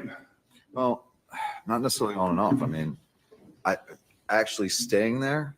I think there was only 2 times. You know, there was during the hurricane, and then there was the time period. You know, for CJ and Michelle. Other than that, I knew a couple people who lived there, and yes, man, I'd stop by there every once in a while. So you were basically house sitting for CJ and Michelle. Yes, sir. But this is not a apartment building, right? This is like a flop house. People are renting rooms or hanging out in rooms. I wouldn't call it that. And the thing is, you know, because that's a fairly derogatory term. And Okay, I wouldn't say the question's very simple. It's not a rentable apartment building where you rent rooms. Okay, to put it this way, was the landlord doing something illegal? Sure. Did everybody else know that they Not the weren't supposed to question, be there? Mr. Tucker. Well, I don't know what you're asking. The question is very specific. Okay, be Okay, specific. it's not a place where you rent apartments. Is that correct? Yes, it is because they had apartments there for rent. Okay. There were actual legitimate apartments for rent in this They're warehouse. literally- and that's why I was answering your question the way I did. Legitimate, no, the landlord was not. He was, he's subletting this thing, and he built apartments in it. So you were house sitting for your friends, right? Yes, And that's the only reason you were even staying at the place at that point in time. yes. But you didn't have another place to live, right? You were going, you said No, I mean, the cops. thing is, I was actually saving up for a boat. I actually had money in my pocket. Okay, I didn't ask you about money in your pocket. You were actually staying at a homeless shelter known as Cops. Yes, Is that I was. correct? Yes, I was. All right. So you didn't have a permanent home, No. and you did your share of partying during this time, Yes. right? You said it was Fantasy Fest, and this is Yep. what you do at Fantasy Fest. You tie one on for a couple of weeks, you said, right? Oh yeah, around Fantasy Fest time, yeah, of course. Goes on for a while, right? I mean, don't get me wrong. Again, yeah, probably every Fantasy Fest I've ever been to. Judgment approach, Yes. showing what's been previously marked as whiskey for identification. You recognize that? Sure do. And what is that? That would be me. Is that how you looked at back in November? It sure is. Let's seek to move in, W. Is there any objection? No, Your Honor. I'm just wondering what the relevance of what I looked like back then. But I mean, if there's an objection. no, it's okay. We can go ahead and put it in. All right, so admit as dates next in order. 18. Thank you, Ms. Bennett. So this is how you looked back in 2017, right? Hmm? Pretty full goatee. Oh yeah, big full goatee. Big full goatee, right? Kind of thing that would be hard to cover if you were putting a mask on that stopped at the chin, right? I wouldn't say that. I actually wouldn't say that Wouldn't because agree with I that? mean, again, that would be speculation. So I'll object. Okay, so you don't agree that it would be hard to cover if you just had a simple face mask? I'm not going to agree to that at all. Because man, again, I'm not saying Certainly it easier- would. I'm not saying it wouldn't. Certainly easier to cover with a neck gaiter, right? You pull the neck gaiter up, it covers the mouth, the chin, everything. Well, the thing is here's the thing: is that whole neck gaiter thing. I didn't know what one was until after I heard your client say it. Or Didn't know I what should a say neck not gaiter your client, but whatever. Didn't know what a neck gaiter was. No, I didn't actually. To be honest. All right, so now you're living at this warehouse. You know Rory Wilson, don't you? Yes, I do. You guys are hanging out now and then, right? Yeah, probably. I mean, Partying like I said, together? I don't know. You know, like again, I didn't go over there all the time because April and I did not get along. So I'm not trying to hang out with her too much. April didn't like you. No, she did not. You didn't like her. No, I did not actually. Now, did we hang out sometimes? Sure. And I remember there's times we did party. You know, that was like I remember one time we went downtown. You know, Rory Wilson, and because again, here's the thing: is I remember this during the hurricane.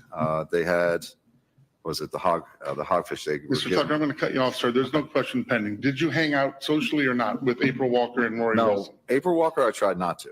Okay. And you know, I'm not saying she didn't come looking for Rory a couple times, but yeah, I tried not to. But Rory Wilson, yes, I did hang out with him on a few occasions. And you heard that Excuse me out. one second. Is that exhibit being published, or are you gonna take it back to? Oh, I've already published it, Judge. I Okay, already- so we're gonna either put it on the podium, or let's bring it to the Okay. clerk. Thank you.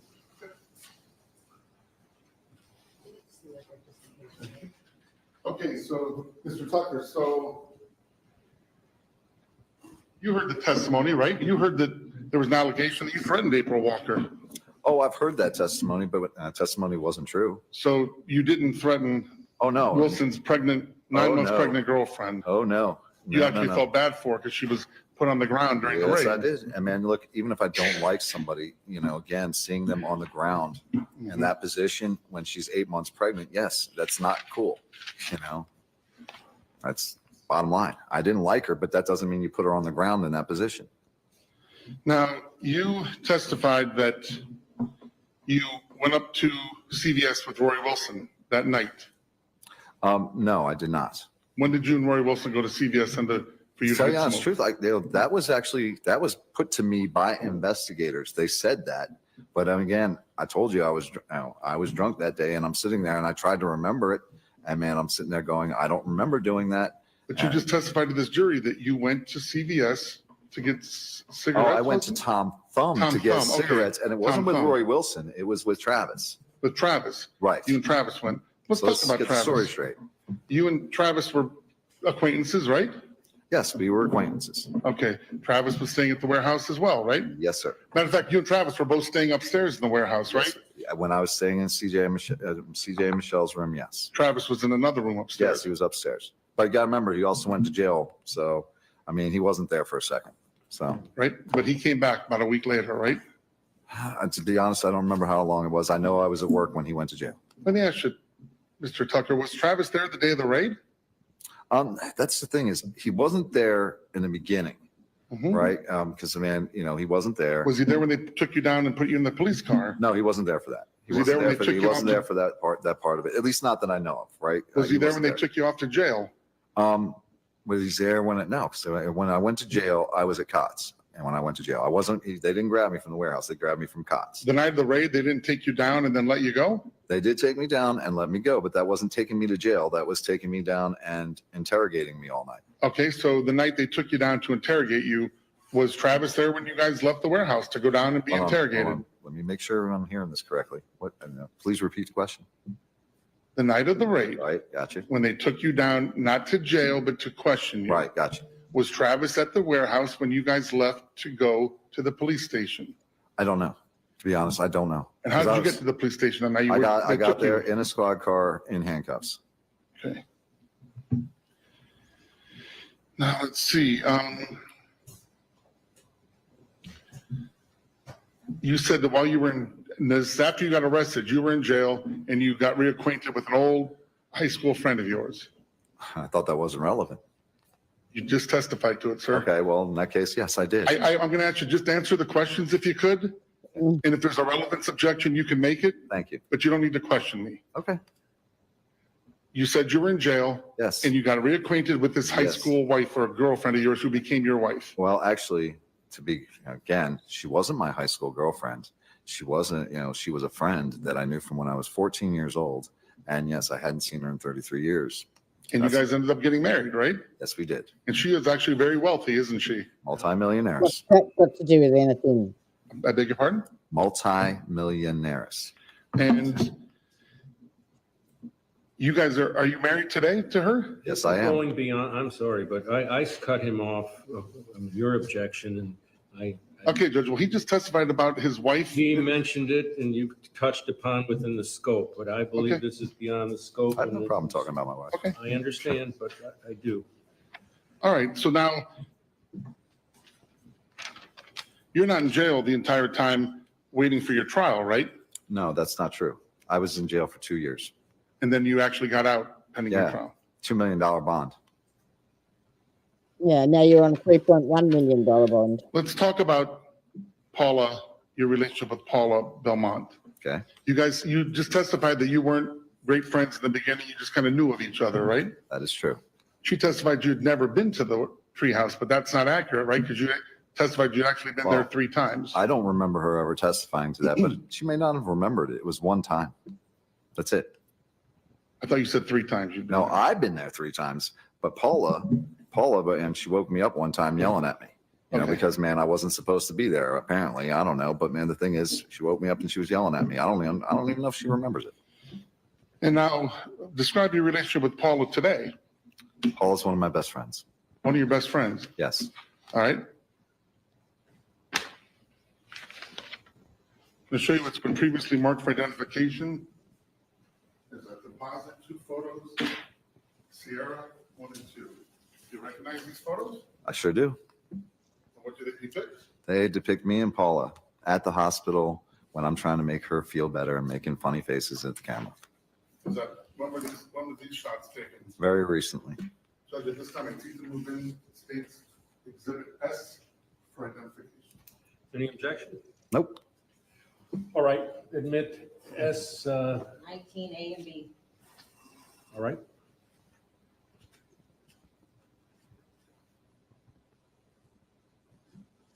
Change the date on this.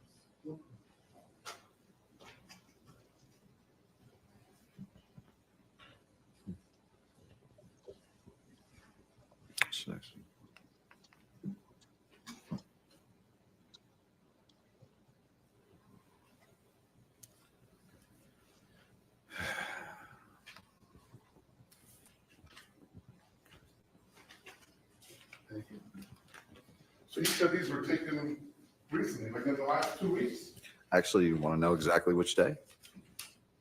I think I can remember. Sure, go ahead. It was the day that I actually, went over there to check on her because she said, she said that, she was, her doctor said that it had taken a worse. It was the day before I came in here and asked for the motion. And then she lay in bed with her. Didn't she have some kind of an infectious disease or something? Hence the bodysuit. But you have no mask on. That's true. Tongue's hanging out? Took a chance. I was trying to make her feel better. And you said you become good friends with her, right? Like I said, she's one of my best friends.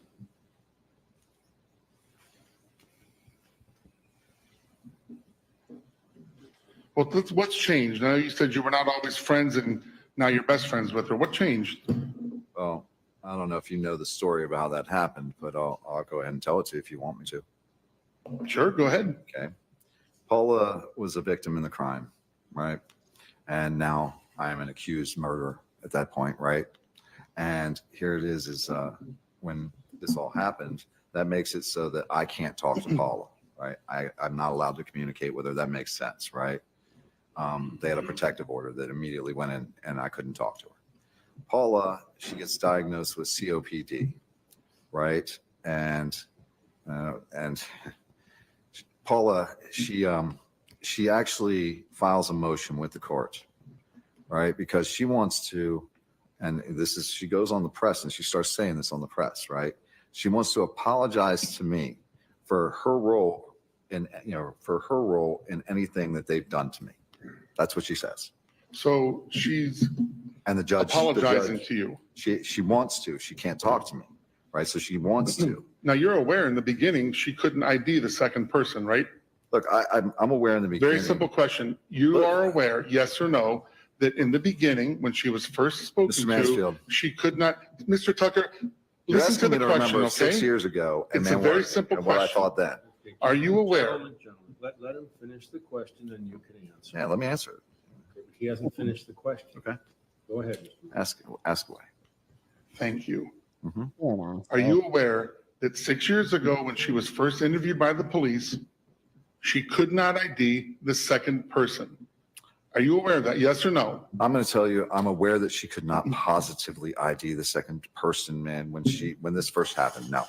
And she was able to identify Rory Wilson, but not the second person, correct? Yes, she did not positively ID the second person. Well, she said she didn't get a good look at the second person, right? That's not true.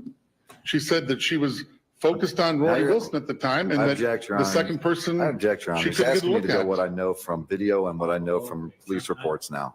You know, To that's, sustain the objection, there are varying statements that she's made. Yep. So at one point she said it, but presumably you're aware of other statements. right. Oh. Because again, I watched all these videos and I read So all let's go this back to stuff. that first night when she's interviewed. She says she can't ID the second person, right? Didn't get a good Excuse look me, at which, hold on, excuse me, which night are we talking the about? night of the crime when she's Okay. being interviewed. Again, you're asking me to go to video, you're asking me to go to police reports, and that is hearsay. So Are I'll you object. aware that she was Object. unable to identify the second person? Excuse me?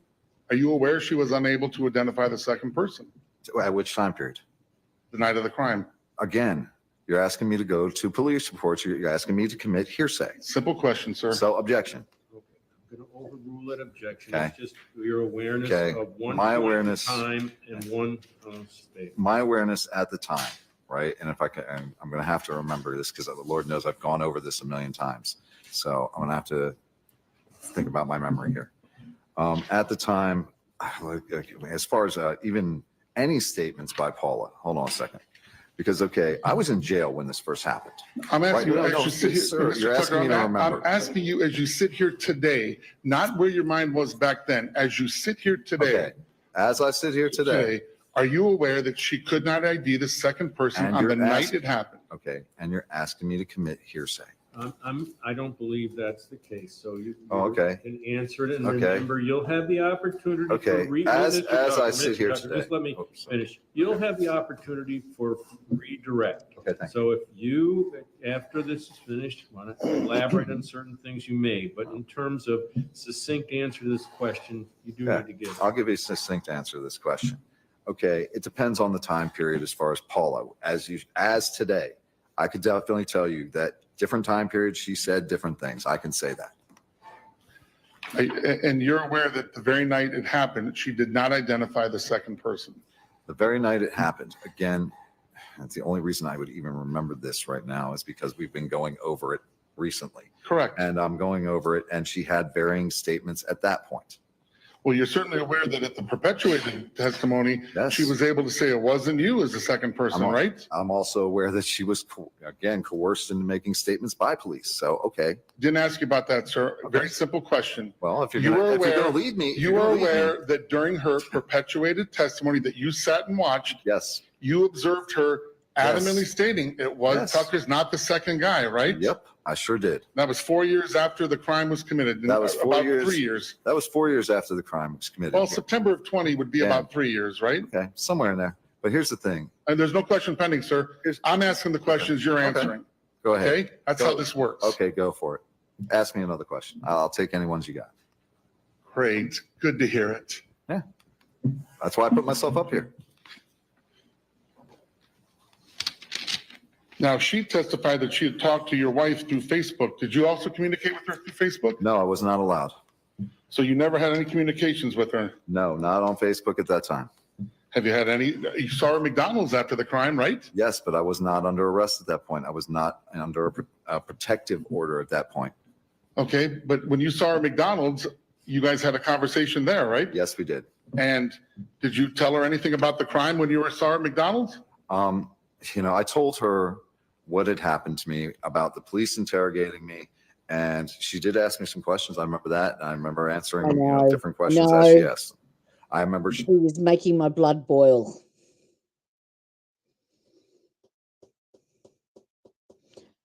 I would like to stab him in the eye with a blunt stick. But it's good for me to watch it because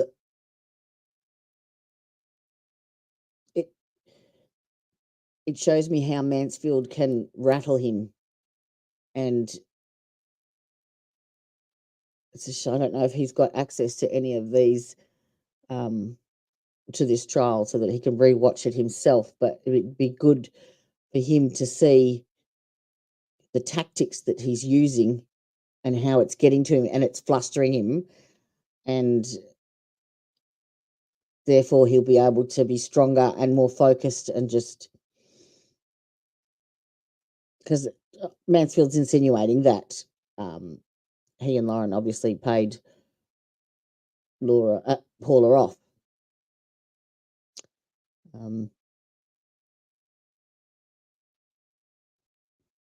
So,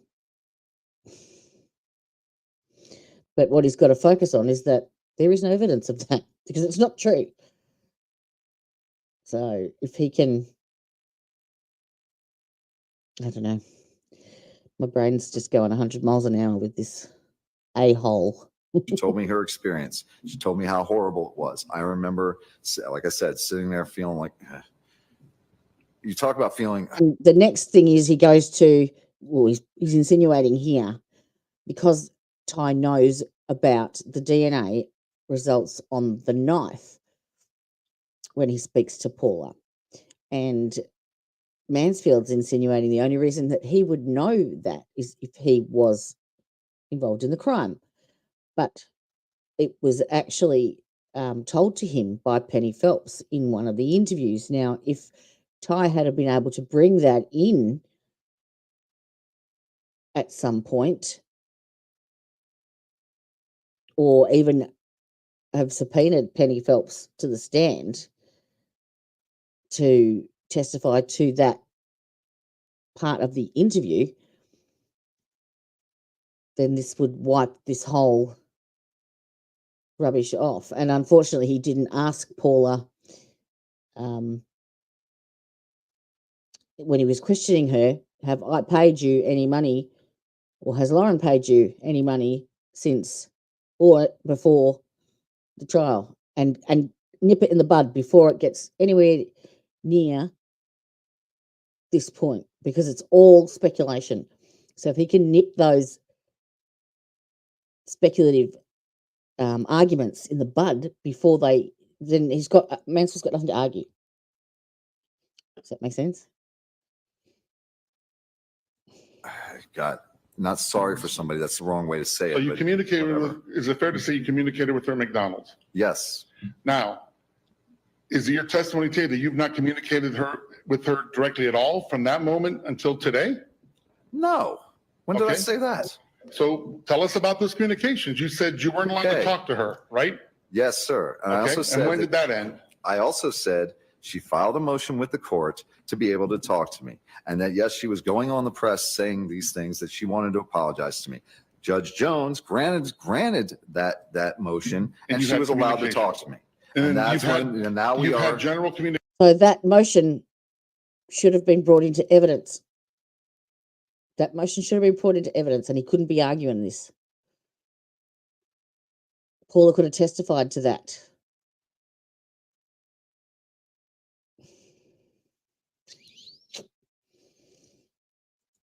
Communications with her ever since. He was still Sorry, testifying. I'm just telling No, you. I'm not talking to you. I'm saying if you weren't complete with your answer, go ahead. Yeah, I'm just, look, there comes a point. Thank you. Judge, again, there's no question No, pending. well, he was still answering the Thank you. last question. Yeah, So thank you. go finish your answer to the last question. Judge Jones granted the order allowing us to be able to talk. And that day, yeah, I was in tears. Okay, so you got the interiors part out. The jury heard it. Yep. Okay? Yeah, thanks. All right, Yeah. great. Let's move on. So you've talked to her admittedly since then, Oh, quite a bit. quite a bit, right? Yeah, quite a bit. Do you remember her taking a trip to California? Vaguely, yes. She posted pictures of it, right? What If we I do? remember right, she posted pictures of Woody. Of who? She likes Woody from, I guess, I forget what the name of the movie is. It's some Disney thing, man. But she likes a character named Woody. Oh, Woody from Toy Story. That's what it is. Thank you. 1 minute, please, Judge. All right? I'm not sure if we could talk at that time, though. No, so if they couldn't talk at that time, then how can he get her bank details to pay for this California trip?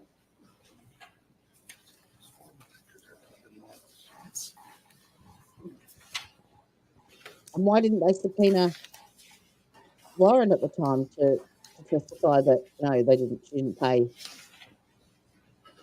for Paula's holiday. I don't even know if that's an option, but just ran through my head.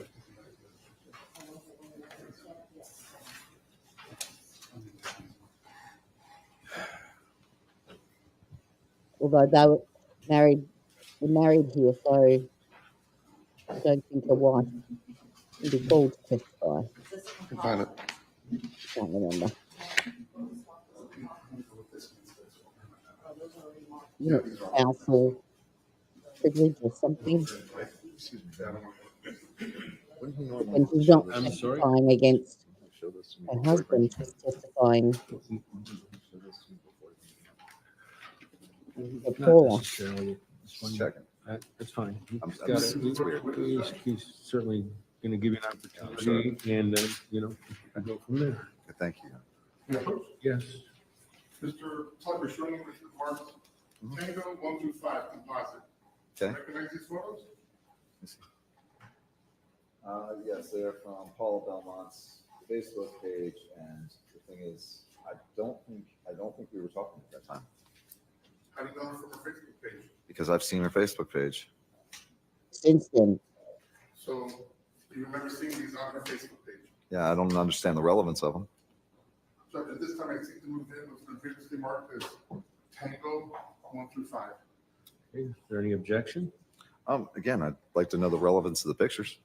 Okay, you're What's objecting relevant? to Yeah, relevance. relevance. Okay, so we'll have to have a bench conference then. So come on around. Thank you, sir.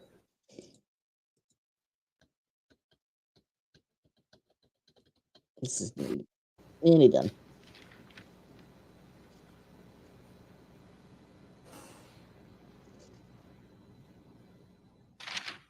Ever since that order was lifted, you've had pretty steady communication with her. Is that fair to say? Fairly steady. Sometimes, man, more, sometimes less. Now, you talked about this friend, Big somebody. What's his name again? Scott. Big Scott. Yep. Big Scott was staying at the warehouse with everybody? No, he was not. He was there that night, yes, but Which night is that, sir? that would be, I guess that would be the night of the crime. Because again, like I said, I went go get cigarettes with Travis, come back, and Big Scott is at the door. Why And didn't so Big Scott, was he a Right, friend of so- yours or an acquaintance? How would you just? they could have called Big Scott to testify about the keys and nipped Travis's statement in the bud, because he said that he wasn't the only one with the keys and that Ty could get in when it was only the two of them that have had keys, Detroit and Travis. So if Big Scott could have testified, that would have backed Ty up. Would it not? Describe him. Actually, he's a friend, and he was a friend of, I think he was a friend to a couple people there. And at some point, are you aware of Big Scott telling you and Travis and Rory, I don't know what you guys are plotting, but I want nothing to do with it? Do you remember that comment? No. No? No.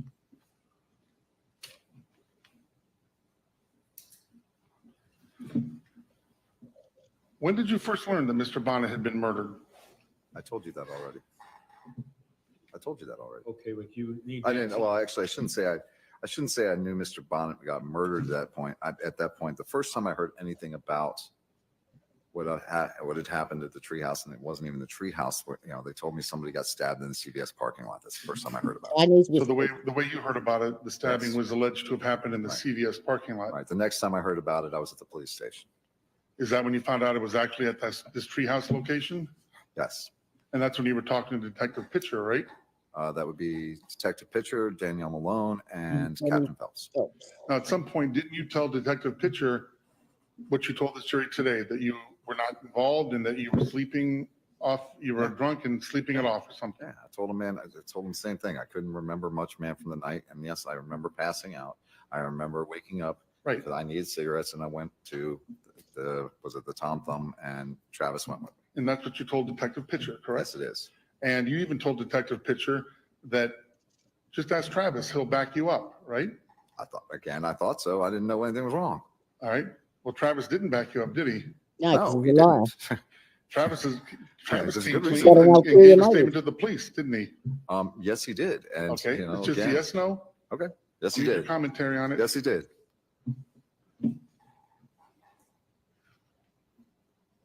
This is how Ty needs to cross or even direct Travis next time he's on the stand and not let him, Travis babble on. Do you remember when you saw Paula at McDonald's in this whole timeline? When did you run into her at McDonald's? The very next day? Was it 2 days later? 3 days later? It was, let's see, hold on. It would have been, okay, because the raid, supposed, if you want to call it that, whatever you want to call it, that happens on the 21st. Going into the 22nd is when I'm literally being interrogated all night. That day, whatever that day is, that would probably be, that would be the 22nd again, because it ends that morning. So, okay, 22nd, it would be on the 22nd. Okay. And let me ask you, Mr. Tucker, you were making pretty good money, right? $300 an hour to put these blue tarps up? Yeah, I was doing all right. What's the reason you hadn't gotten a place? You were still living in these Well, temporary again, places. It's time to come down. I lived on a boat before, right? And as I testified, I was trying to save up for a new boat. There are going to be plenty of cheap ones around, but here's the thing: is I don't like paying outrageous rents that are in Key West. I'd rather buy a boat and live on the water. Now, you said you'd passed out that day drinking these fireballs, right? Yes, sir. What time in that, what time, take us through that day, the timeline for that day. When were you drinking these fireballs? I know, look, it's like I said, I don't really remember the day that well. I remember drinking during the day. I do remember that. I don't even remember all who was there. I know there were other people that came in and out. I know I passed out somewhere along the lines, but asking me specifics, especially 6 years later, I couldn't tell you. So you started drinking these Red Balls. Was the sun still up? Red Fireballs, sir. And Fireballs. yes, the sun was still up, while I was drinking. That is true. All right. Do you remember getting out of bed and go right to the partying phase, or did you do something else before it started that day? I already testified to that. I told you that. Okay. Well, I'm asking again. Okay. I appreciate you reminding me. I'm just saying is I woke up at some point in the time and I went and got cigarettes at the Tom Thumb, and I came back and Travis was with me. And yes, Big Scott was there. I told you what happened after that. But I'm talking about earlier in the day when you got out of bed that day. Did you go do something, or did you just start drinking? No, actually, I'm pretty sure because if I'm drinking during the day, I had a day off. So, if I'm drinking during the day, I had a day off. So, yeah, I would imagine I had the day off. And do you remember passing out that day? Yeah. Remember passing out? I don't know if that's a proper term, but no, Okay. I don't remember passing out. I Don't remember passing out? I remember I passed out somewhere along the lines, but yeah, I don't. I guess I'm being too literal here, but I remember, yes, I went to sleep sometime during the day and night. I don't know. And do you remember what time you woke up? No. Day or night? Night. Police cars already out and about? Police and cars were already up there on Laurel Avenue. I could see, I could see the lights from the Tom Thumb parking lot. I could see all the lights that were up on Laurel Avenue.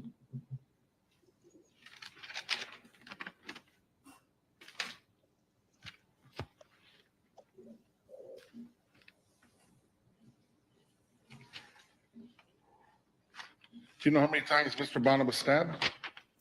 At this point, yes. I think. So now, And all by a I left-hander. guess your story is that this is all being pinned on you, right? That you didn't do Well, this. You would know better than anybody, Mr. Mansfield. Oh, would I? But I Yes. wasn't there. You were. So why don't you tell me? Are you telling me this was all pinned on you? I hate to tell you again, Mr. Mansfield. He's not It's allowed very to simple, do Mr. that. just Tucker. said Is that your I was story there and you have no today, proof of is your that. story All right, today that you were, Sir. this is all being made up and that you didn't do this? Yes, this is it. That is my story all day. Okay. And I've said it since day one. So this is just the big Bubba system going after you to pin this on you. Yeah, and Mr. Mansfield. I can answer that. Would you like me to answer it? Would you like me to tell you how I know that? You said you didn't want to go into that. Well, you know what?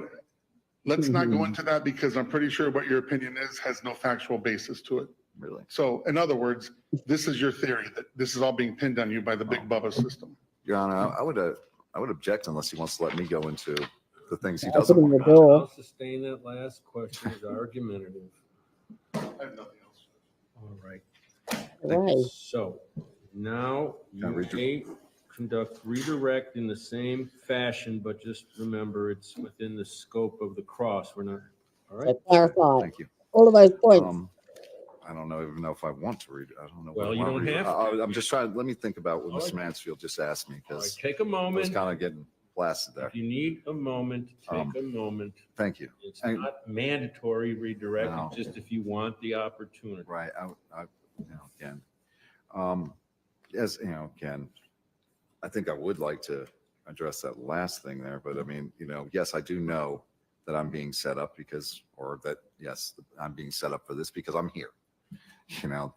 That's an obvious thing. I won't go into what, again, the things we're not supposed to be talking about right now, I guess. But, I do, let's see, as far as, everything else, I mean, everything else you just asked me, I'd already talked about. So I don't think there's anything else I need to say. All right, Thank you. thank you. You can step down. Clarify. You didn't pay anything to Paula. It'd be a good time for an afternoon break, folks. How about, till, I'm just looking at the clock, 1:55, no, That's 2:55. Unfortunately, that's the only problem. Where am I? That's the only problem when you get cross-examined by an a-hole like that. Once you lose your temper, your brain goes to mush. So, and that's exactly what happened in closings as well. Mr. Mansfield did the exact same thing, and poor Ty didn't address all of the issues or didn't focus on his closing as what's the word? Convincingly as he could have, instead of standing up there saying, I know I am innocent, and reiterating how he knows that and putting holes in the state's case. Well, where's the evidence for this? Where's the evidence that they've provided for that? Where's the evidence the state? Or it's all speculation. There is absolutely, they're trying to insinuate that inconclusive means that it was my DNA. Put holes in their story. It's the doubt that you've got to create. It's the beyond reasonable doubt. And if you can poke holes in there, which you can, it's only speculation because there is absolutely no physical evidence whatsoever in this case. So I think because of the lack of experience, obviously none of us, well, I know I haven't defended myself, especially against something that's your life's at stake. So you're bound to have an emotional attachment to it, which is one of the pitfalls of being a pro se defendant, unfortunately. And I understand completely why he has chosen to do that. But I think a lot of the evidence that could have been used to show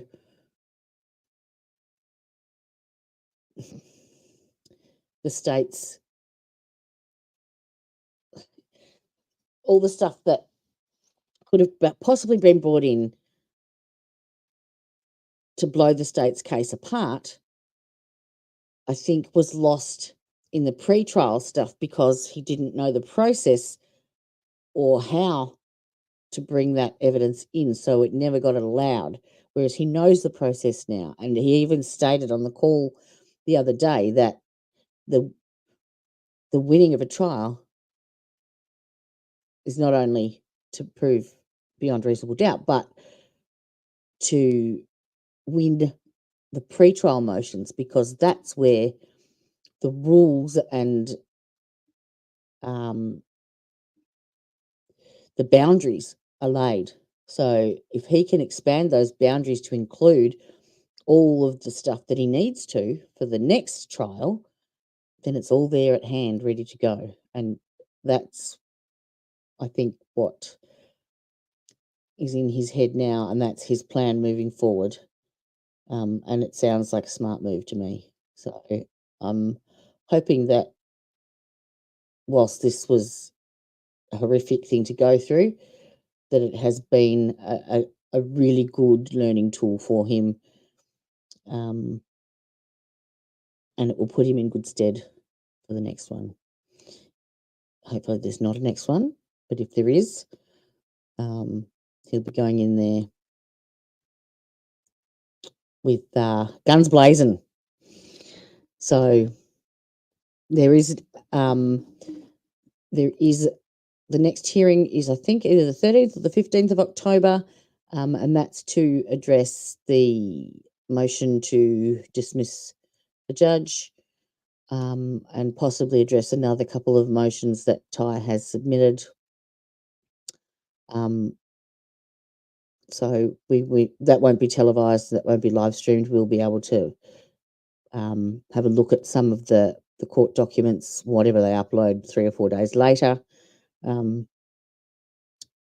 hopefully they're complete. So I'll bring that to you when they surface. So tomorrow, I think I will start a new trial. I've got a really good one on the books beginning next Monday. So I've got to try and find one amongst my groups, amongst my listings, that's only going to be a 4-day short.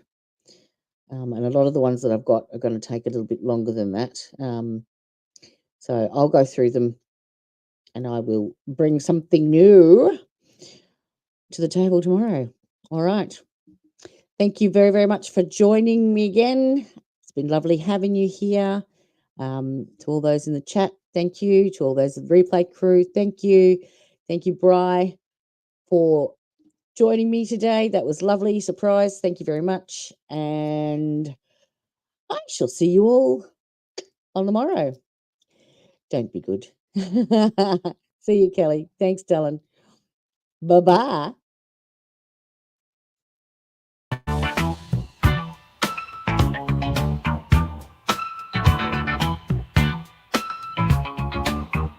Covering true crime and police arrest, where the judges move and the defense rests. Watching courts and trials, criminals at best, where the gavel drops and the defense rests. If you love true crime and you want the best, won't you find the time and the defense rests?